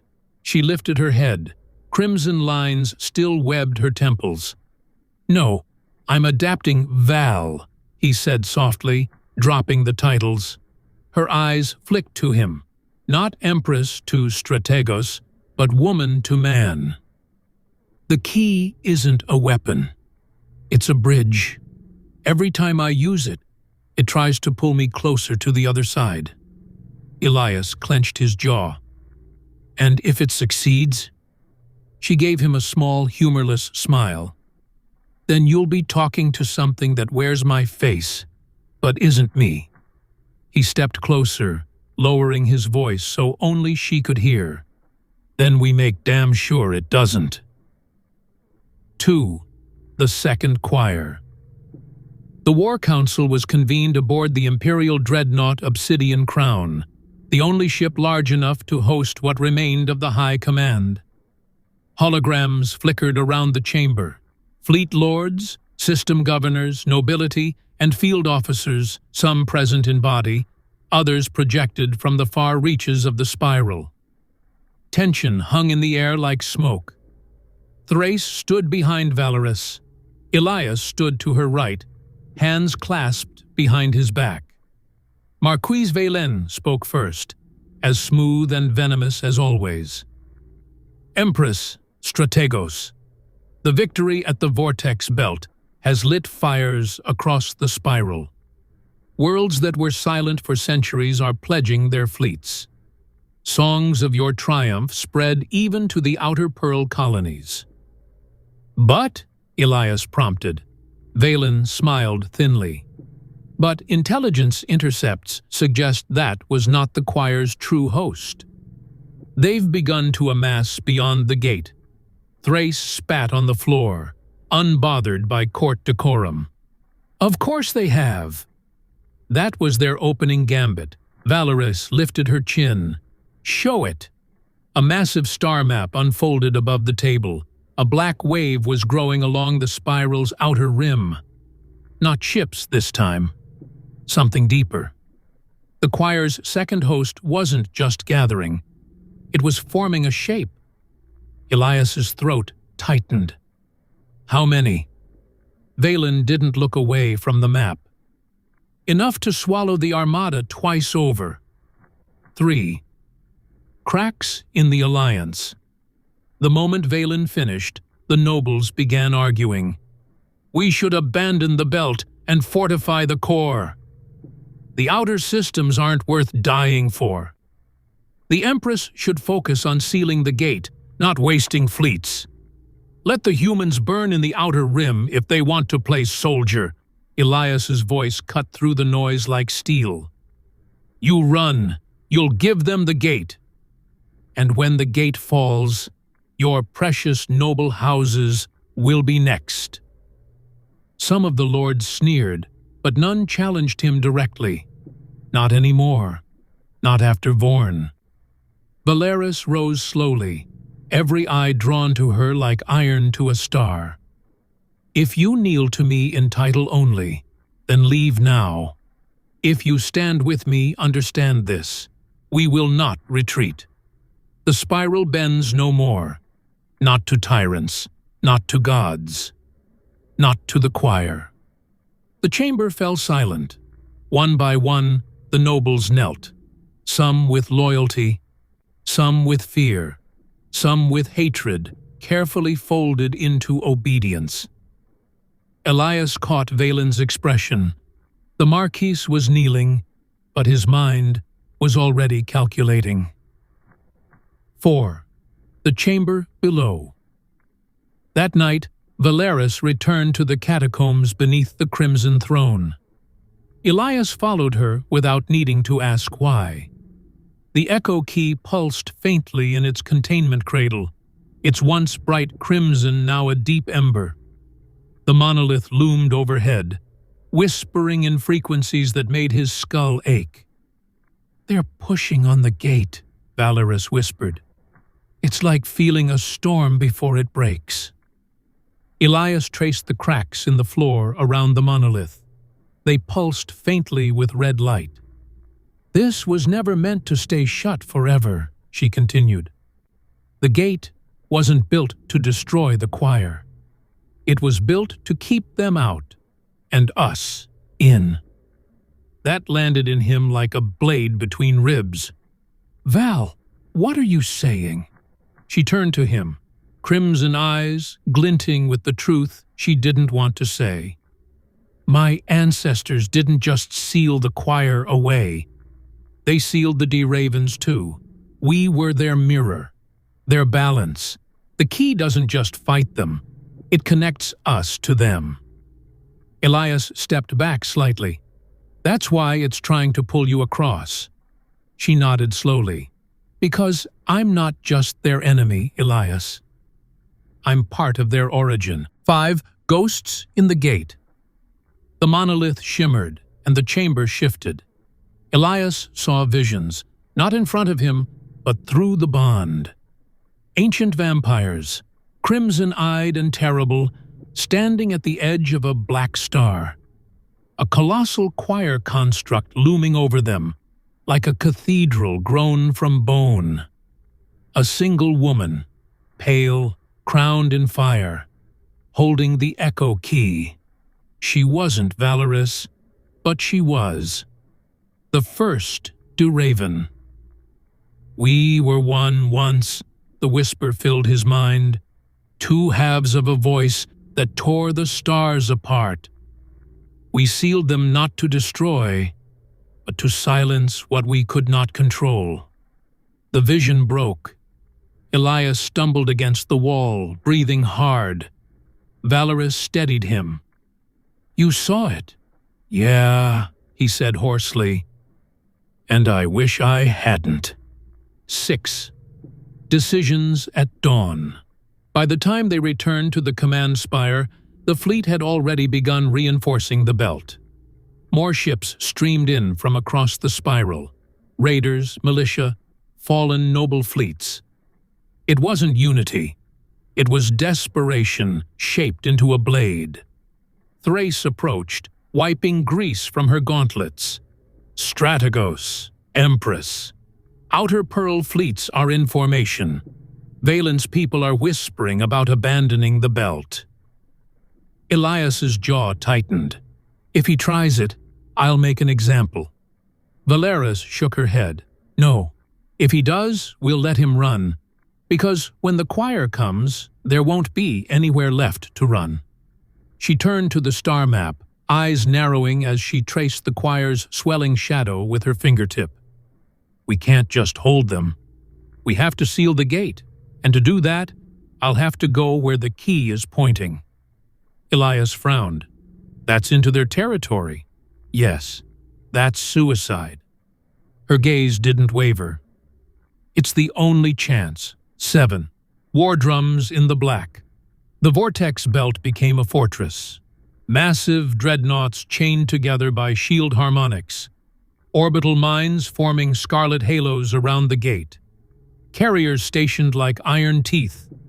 Every ship, from rusting pirate corvettes to Imperial capital destroyers, became part of one living wall. From orbit, it looked like a red crown of war. Elias stood on the Wraith's bridge, helmet under his arm, listening to the tactical feeds like a man learning the rhythm of an oncoming storm. Valorous entered, her armor polished black, the crown fused into its crest now glowing faintly. Not the empress of a broken throne, the sovereign of a war. Thrace saluted. "They're coming." Elias met Valorous's gaze. "Then let's make sure they don't get to sing twice." Part 8. The Second Choir.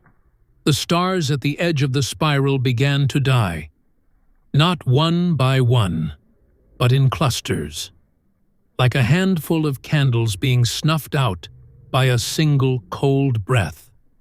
Sensors across the vortex belt screamed warnings in overlapping tones. Long-range comms failed first, then mid-band transmissions. The void itself seemed to tighten. Elias Kane stood on the bridge of the Wraith, eyes fixed on the tactical hollow as a black tide rose at the perimeter of Imperial space. Not like a fleet, not like an army, but like a storm that remembered its shape. The hollow choir had returned in full. Valeris de Raven entered behind him, her armor reflecting the scarlet light from the console. She'd grown paler since the first battle. The echo key drank more of her each time she touched it, but her gaze had hardened into the kind of steel only rulers born in blood can wield. Thrace leaned over a gunnery console. They're massing faster than last time. No probing, no scattered formations. This is a direct assault. Elias's jaw locked. They're done testing. Valeris stood beside him, her voice quiet but precise. Then so are we. 1. The Crown of War. The vortex belt had been transformed. Imperial dreadnoughts locked together into shield chains. Minefields arced in crescents around the gate. Carriers floated like crimson citadels. Thousands of smaller craft, raiders, militias, renegade fleets, now wore the phoenix crest on their hulls. The belt no longer looked like a broken graveyard. It looked like a crown made of war. Across the entire fleet, a single code pulsed. For the spiral. For the throne. Elias didn't believe in grand speeches, but the crews didn't need one. They'd seen what came through the first time. Now they understood what would happen if the choir broke through. They weren't fighting for a throne. They were fighting to exist. 2. The betrayal of Valen. The first blow didn't come from the choir. It came from within. A breach alert flared on the secondary screen. Half of the defense grid in the southern arc went dark. Drone relays went offline in a chain. Then shield harmonics began to unravel. "Sabotage," Thrace hissed. "Someone's killing our grid from the inside." Elias's fingers slammed across the console. "Trace it."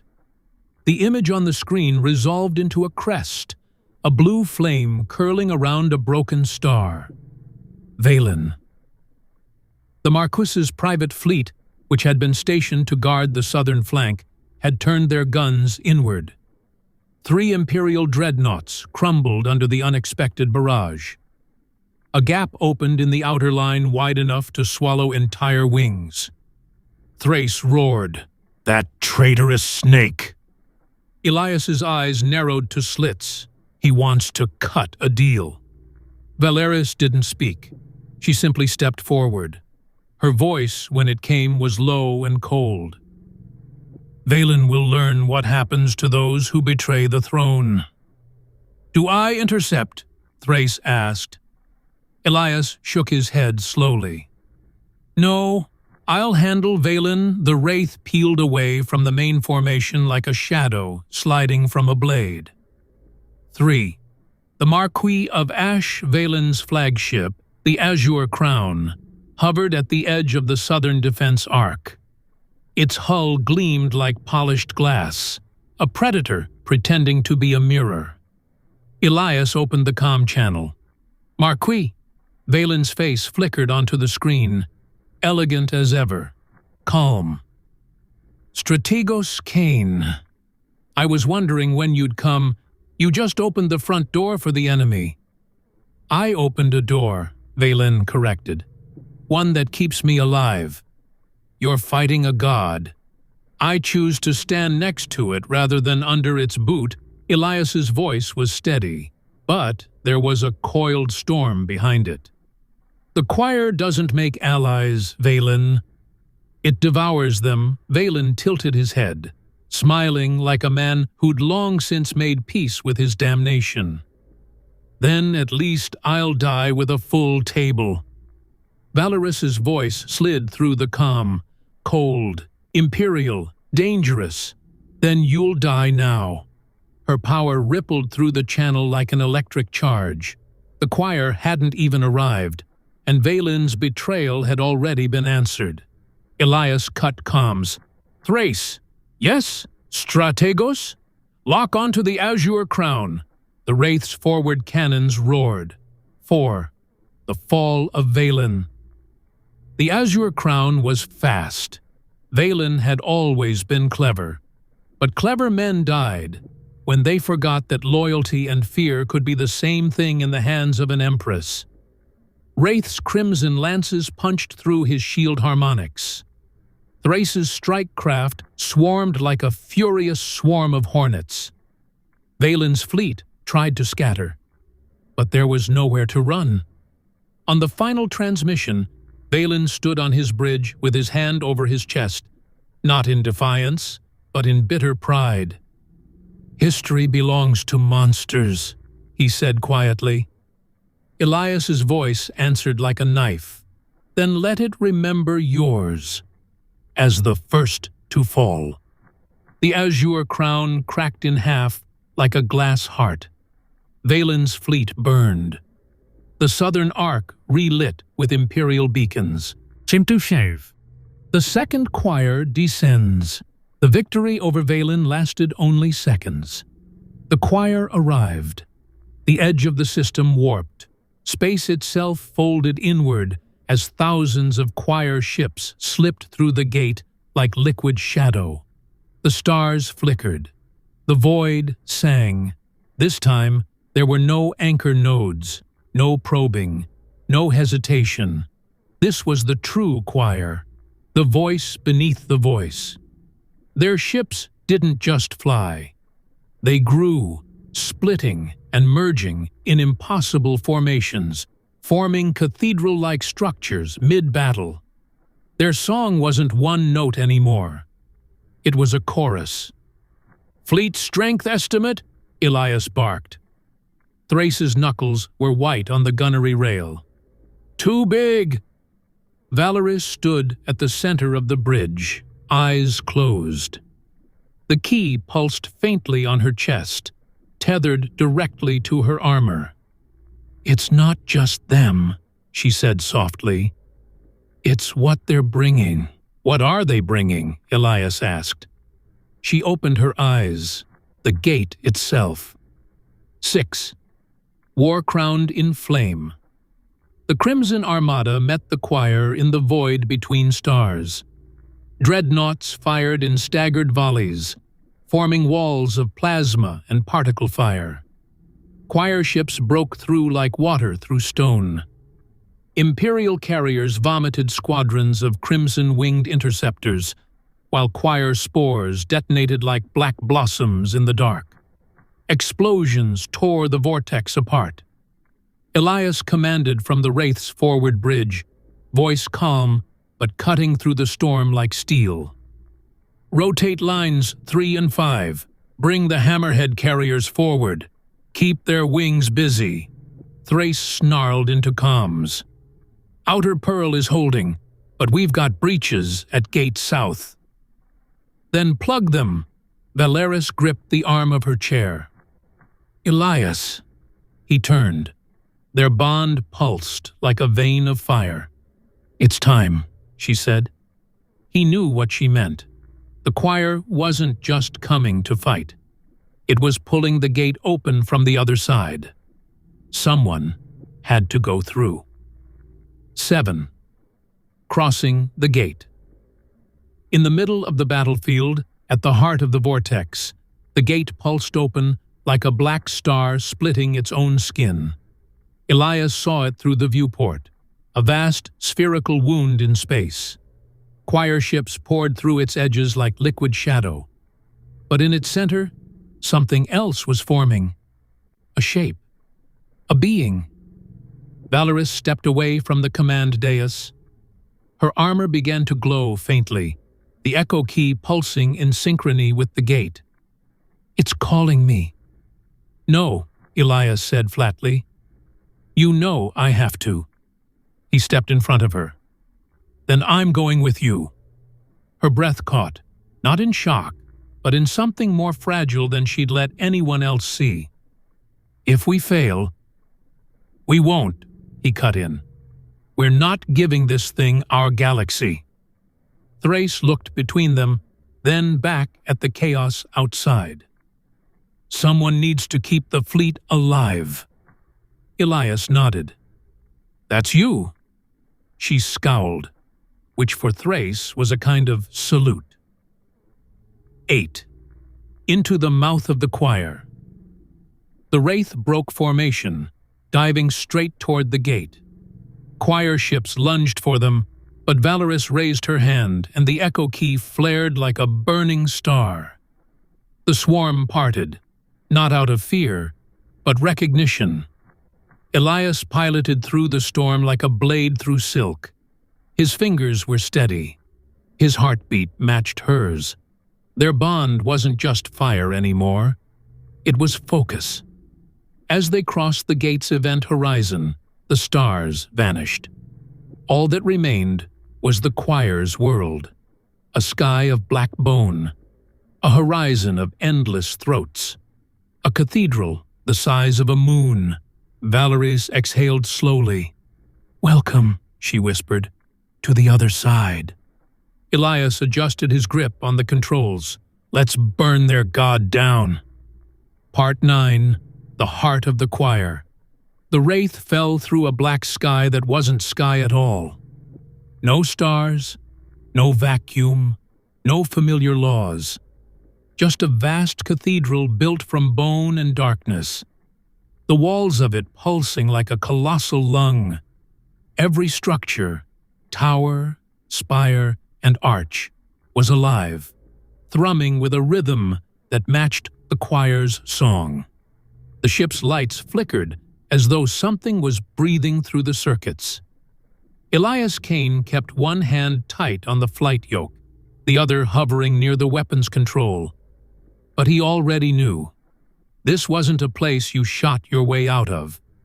This was a place you survived through will. Valeris stood behind him, her crimson armor gleaming faintly, the echo key pulsing against her chest like a second heart.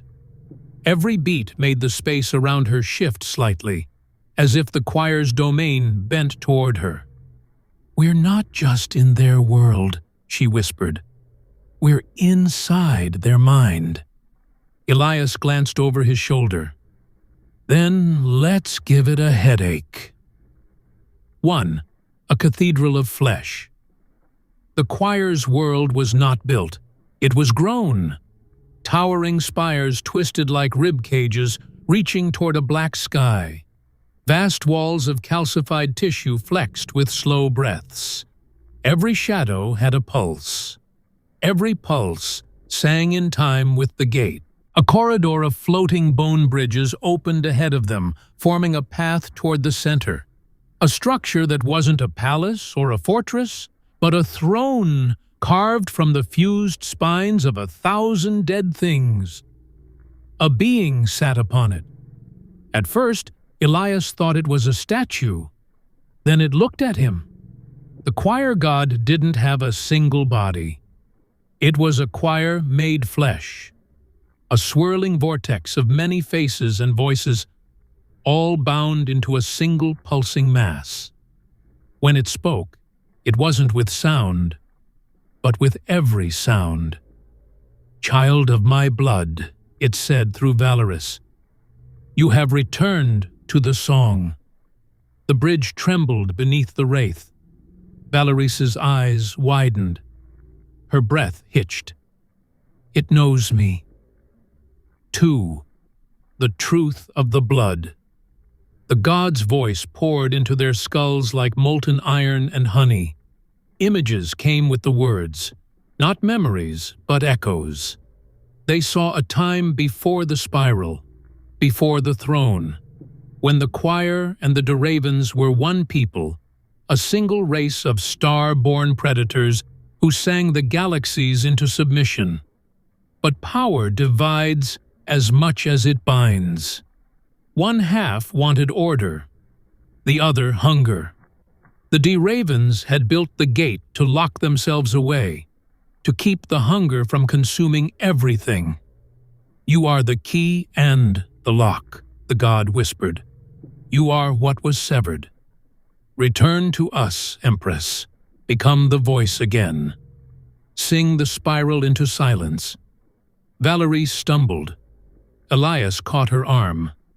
"Hey," he said sharply, dragging her back from whatever pull that thing had. "Look at me." Not at it. Her crimson eyes flickered like a flame in a high wind. "It's inside me. It's showing me what I'm supposed to be." Elias's grip tightened. "No, it's showing you what it wants you to be." The choir's god rippled, its voice coiling through the chamber like a serpent. "He is noise. You are song." Cast him aside. Valeris smirked weakly. "You should know better than to mess with my noise." 3. War. Outside, beyond the gate, the second choir and the Crimson Armada had collided. The void was fire and screaming. Choir vessels moved like waves against rocks, slamming into Imperial lines with relentless rhythm. Dreadnoughts burned. Choir spores punched through destroyer hulls and birthed new creatures from the corpses of the dead. But the fleet didn't break. Thrace barked orders across the network, her voice carrying even through static. "Hold the crown line. Pull the ashen remnants forward. Yes, those cowards too. Rotate fire on the Black Cathedral. Make them bleed." The choir's swarm tried to expand the gate's event horizon. Imperial dreadnoughts responded by chaining their shield generators into a single red halo around the vortex. Every second they held was borrowed from death. "If they don't close that gate soon," Thrace growled, "we all die screaming." 4. The God and the Strategos. Back inside the choir's world, Elias stepped onto the bone bridge. The Wraith hovered behind, its engines thrumming in defiance. Valeris followed, her steps unsteady, pulled between two songs. The god leaned forward, or at least part of it did. A dozen faces, some eerily familiar to her bloodline, whispered all at once. "You cannot fight your own origin. You can only return to it." Elias raised his weapon, not because he believed it would kill this thing, but because sometimes you have to remind the universe you're not kneeling. "Yeah," he said flatly, "I've got a better idea." The god turned its gaze toward him, and a wave of sound slammed into his skull like a hammer. Blood poured from his nose. He dropped to one knee, vision swimming with black. "Mortal, you are not in the song. You do not belong here." Elias coughed a laugh, wiped the blood from his mouth, and spat it onto the bridge. "That's the point." He looked up at Valeris. "You don't belong to this thing. You choose who you are." Right now, 5. The bond forged in fire. The god tried again, sending tendrils of pure resonance through the bond. It wanted to rewrite them, to make Valeris its mouthpiece and Elias its silence. Valeris screamed, a sound both human and something far older. She dropped to her knees as black fire crackled through her veins. Elias grabbed her shoulders, pressing his forehead to hers. The bond flared, and for the first time, he didn't just feel her. She felt him. She saw everything, the dirt and blood of Mars, the smallness of human wars, The bar on Tethera Station, the moment she'd chosen to sit at his table instead of killing him, the moment she'd fist-bumped him and set this all in motion. No choir song could overwrite that. Her breath hitched. Her eyes snapped back to crimson fire. "You're right." She rose slowly, the key burning against her chest like a star. "I am Valorous de Raven," she said, her voice cutting through the god's chorus like a blade. "I am Empress of the Spiral, and I do not kneel." The god roared. The entire cathedral shook. 6. The god bleeds. Valorous raised the echo key high. Elias raised his weapon, and together they struck. The key's crimson pulse tore through the choir's song, ripping it apart, note by note. Elias fired into the pulsing heart of the throne. Bullets weren't supposed to matter here, but they weren't just bullets anymore. They were carried on the bond, forged in choice, not blood. The god screamed as black flesh split open. The entire cathedral began to collapse inward, like a dying lung. Outside, choir ships spasmed mid-flight. The tide faltered. The Imperial fleet seized the moment. Thrace's voice filled the comms. "They're breaking formation. All lines, push." 7. Closing the gate. The Wraith surged back toward the gate as the choir's world collapsed behind them. Choir tendrils snapped at their hull. Elias flew like a man who knew the difference between death and a good story. Valeris clutched the key, forcing its power outward. The gate shrank, slowly, grindingly, like a god being dragged back into its grave. "This is not over," the choir god screamed as it was pulled into the dark. "We are your beginning and your end," Valeris whispered. "Then let this be our middle." The gate closed in a burst of red light. The choir's fleet outside shattered like brittle glass. What remained scattered into the void, song broken. 8. The price. The victory was real, but it was not clean. Half the Imperial Armada burned in the aftermath. Dozens of systems were gone. The belt would never be the same. But the gate was sealed. Elias found Valorous on the command deck hours later, pale, exhausted, but alive. The key hung from her armor like a dying ember. "You stayed," she said softly. He leaned against the railing, grinning faintly through bruises. "You'd be lost without my bad ideas." For the first time in what felt like years, she laughed. Not as an empress, not as a weapon, as Valorous. The bond pulsed between them, not as fire, not as war, but as Home 9. A throne remade. Weeks later, the banners of the Spiral flew again. The Crimson Throne was no longer a silent relic. Fleets were being rebuilt, colonies reopened, and whispers of rebellion were turning into songs of unity. Valerie sat on the throne, not as a conqueror, but as a ruler with a shadow burned into the void. Elias stood beside her, still in his flight jacket, still refusing to wear the ceremonial cloak they'd tried to hand him. "You realize," he said dryly, "they're going to build statues of you." Valeris smirked. "Then I'll make sure yours is standing next to mine."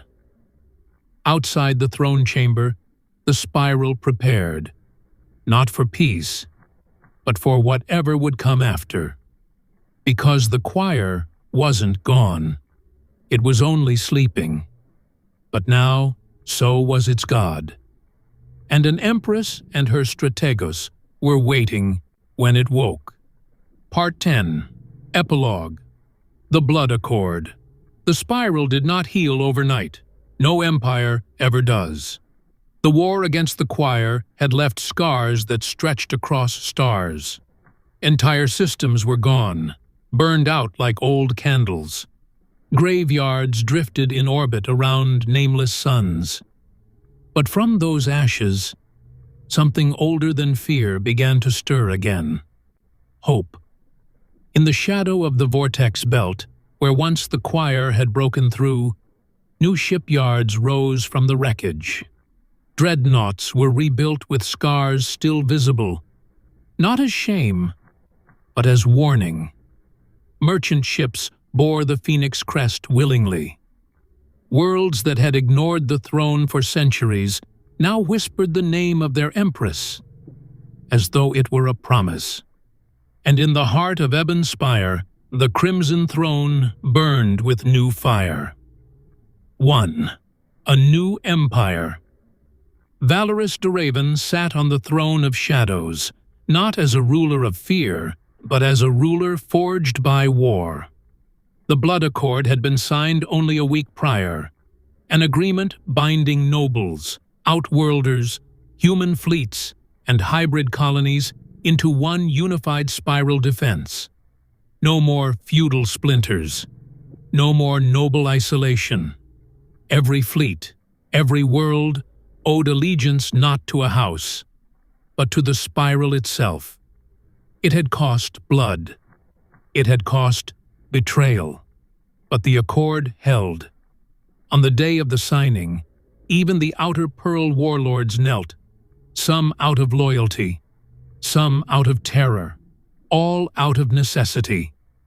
The galaxy had learned what happens when they don't stand together. 2. The Strategos and the Empress. Elias Kane leaned against the balcony railing overlooking the spire's inner city, the hum of engines and voices rising like a living heartbeat. He still refused to wear the ceremonial uniform. The lords hated it. Valorous loved it. Behind him, she walked quietly, her crimson cloak whispering against the obsidian floor. The echo key hung against her chest, no longer burning, but never fully quiet. "They're already calling it the Age of the Phoenix," she said softly. He snorted. "Better than the Age of Screaming Horrors from the Bone Choir." She smiled. For a woman who had faced a god, it was a quiet, human smile. "We could have died in that place." "We almost did," Elias said. "Twice." Valeris leaned on the railing beside him. "And yet, here we are. Me, Empress, you, my strategos." The key's crimson pulse tore through the choir's song, ripping it apart, note by note. Elias fired into the pulsing heart of the throne. Bullets weren't supposed to matter here, but they weren't just bullets anymore. They were carried on the bond, forged in choice, not blood. The gods screamed as black flesh split open. The entire cathedral began to collapse inward, like a dying lung. Outside, choir ships spasmed mid-flight. The tide faltered. The Imperial fleet seized the moment. Thrace's voice filled the comms. "They're breaking formation. All lines, push." 7. Closing the gate. The Wraith surged back toward the gate as the choir's world collapsed behind them. Choir tendrils snapped at their hull. Elias flew like a man who knew the difference between death and a good story. Valeris clutched the key, forcing its power outward.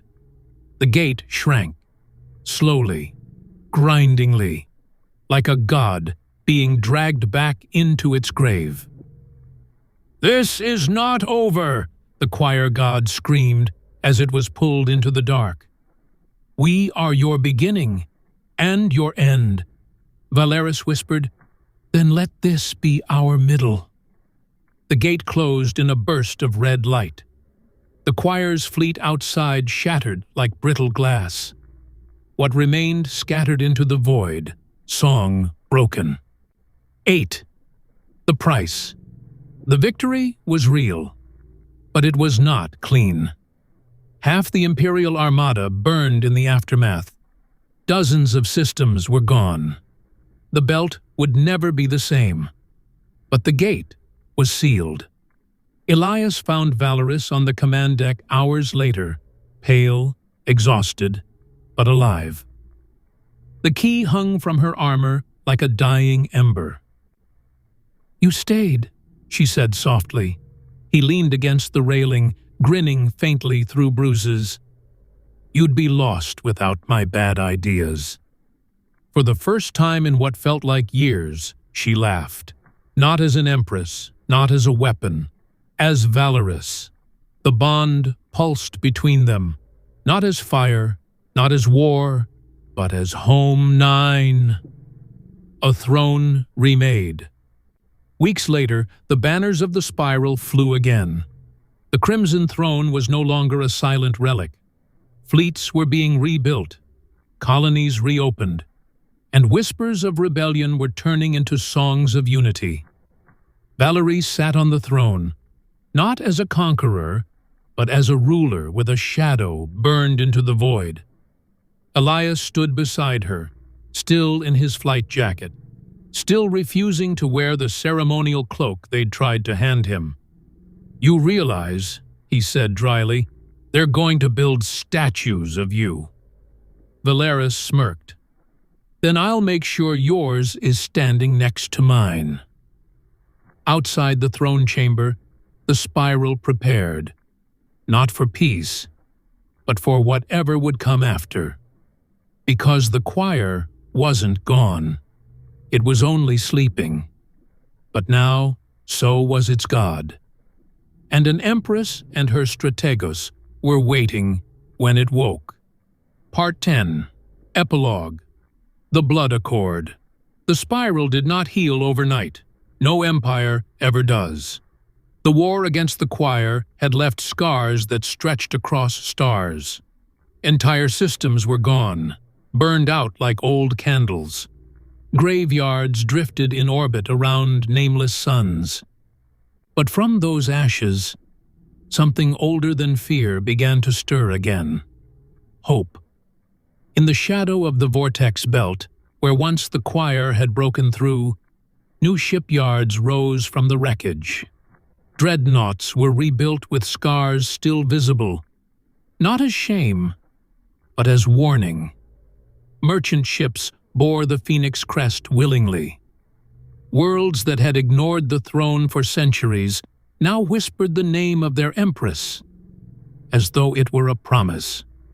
And in the heart of Ebon Spire, the Crimson Throne burned with new fire. 1. A new empire. Valoris Deraven sat on the throne of shadows, not as a ruler of fear, but as a ruler forged by war. The Blood Accord had been signed only a week prior, an agreement binding nobles, outworlders, human fleets, and hybrid colonies into one unified spiral defense. No more feudal splinters, no more noble isolation. Every fleet, every world owed allegiance not to a house, but to the spiral itself. It had cost blood. It had cost betrayal. But the accord held. On the day of the signing, even the Outer Pearl warlords knelt, some out of loyalty, some out of terror, all out of necessity. The galaxy had learned what happens when they don't stand together. 2. The Strategos and the Empress. Elias Kane leaned against the balcony railing overlooking the spire's inner city, the hum of engines and voices rising like a living heartbeat. He still refused to wear the ceremonial uniform. The lords hated it. Valoris loved it. Behind him, she walked quietly, her crimson cloak whispering against the obsidian floor. The echo key hung against her chest, no longer burning, but never fully quiet. "They're already calling it the Age of the Phoenix," she said softly. He snorted. "Better than The age of screaming horrors from the bone choir. She smiled. For a woman who had faced a god, it was a quiet, human smile. We could have died in that place. We almost did, Elias said. Twice. Valeris leaned on the railing beside him. And yet, here we are. Me, Empress, you, my strategos, and Thrace, probably terrifying recruits somewhere. Yeah, he said, eyes softening. Not the worst ending. 3. The Ghost in the Key. At night, when the spire slept, the key still whispered. Not like the choir's song, not the madness of a god, but like an echo of something older, something watching. Sometimes Valeris would wake in the middle of the night, the key pulsing softly against her chest. The voice wasn't demanding or manipulative. It was curious. The song isn't over. She would touch it gently and whisper back, Neither am I. She never told Elias exactly what it said. But he knew. He always knew. He'd seen too much of that world not to. 4. The World That Remembers. The spiral began to rebuild faster than anyone expected. Shipyards in the vortex belt became hubs of new technology. Choir fragments, once feared, were carefully studied in black site stations under Thrace's watchful eye. What had been a weakness became the foundation of new strength. The fleet itself changed, too. Humans commanded ships alongside old imperial bloodlines. Hybrid engineers built bridges where before there had been walls. Even the nobles, reluctant and bitter, had learned that their gilded towers could burn like everything else. And everywhere, every port, every ship, every soldier, there was one symbol, a crimson phoenix with outstretched wings, not a god, not a tyrant, a memory of fire and survival. 5. Thrace's Shadow. Thrace became a legend long before the Empress did. She took command of the Iron Shield, an entire line of defensive fleets positioned along the new border. Warlords whispered her name like a curse. Soldiers shouted it like a prayer. When she spoke, ships moved. When she pointed, enemies burned. The choir will come again, she told her captains, and when they do, I want them to find a wall of fire waiting. And they believed her. 6. The Seeds Beyond the Gate. The gate remained sealed, but sealed doesn't mean silent. Deep in the void, beyond known space, something stirred. What Elias and Valeris had faced was not the choir's full power. It was the opening verse of a song older than stars. The choir god slept, but not all of it had been dragged back into the dark. Fragments remained. Whispers spread among scavenger ships venturing too close to the black halo. A child was born on an outer mining moon with black eyes that reflected no stars. A ghost fleet disappeared into the rift without a trace.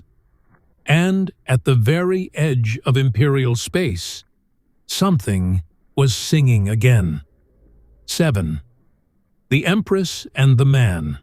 One night, weeks after the Blood Accord, Elias and Valeris stood alone at the very top of the spire. No crown, no soldiers, no council, just the stars. Valeris leaned into him, not as Empress, but as a woman who had almost been consumed by her past. Elias wrapped an arm around her waist, not as strategos, but as the man who refused to let her walk into the dark alone. "You think they'll come back?" he asked quietly. She didn't answer at first. Her eyes were fixed on the void.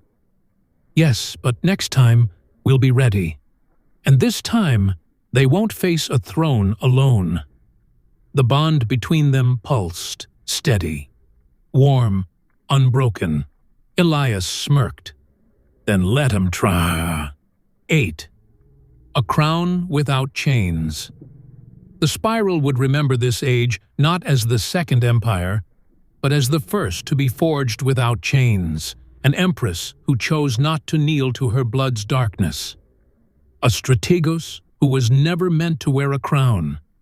An army that came from every corner of a fractured galaxy and stood as one. And a choir that for the first time in 1,000 years had learned to fear. 9. The Last Whisper. As the night deepened, the echo key pulsed once against Valorous' chest. Soft, almost tender, and in a voice only she could hear. This is not the end. Valorous smiled into the starlight. I know. The end of Book 1. The Empress of Shadows. Blood and Starlight. Epilogue Themes. The Spiral rebuilds under the Blood Accord. Elias and Valorous' bond becomes legend. The choir is sealed, but not gone. A new shadow sings beyond the gate, and the throne of blood becomes a throne of fire.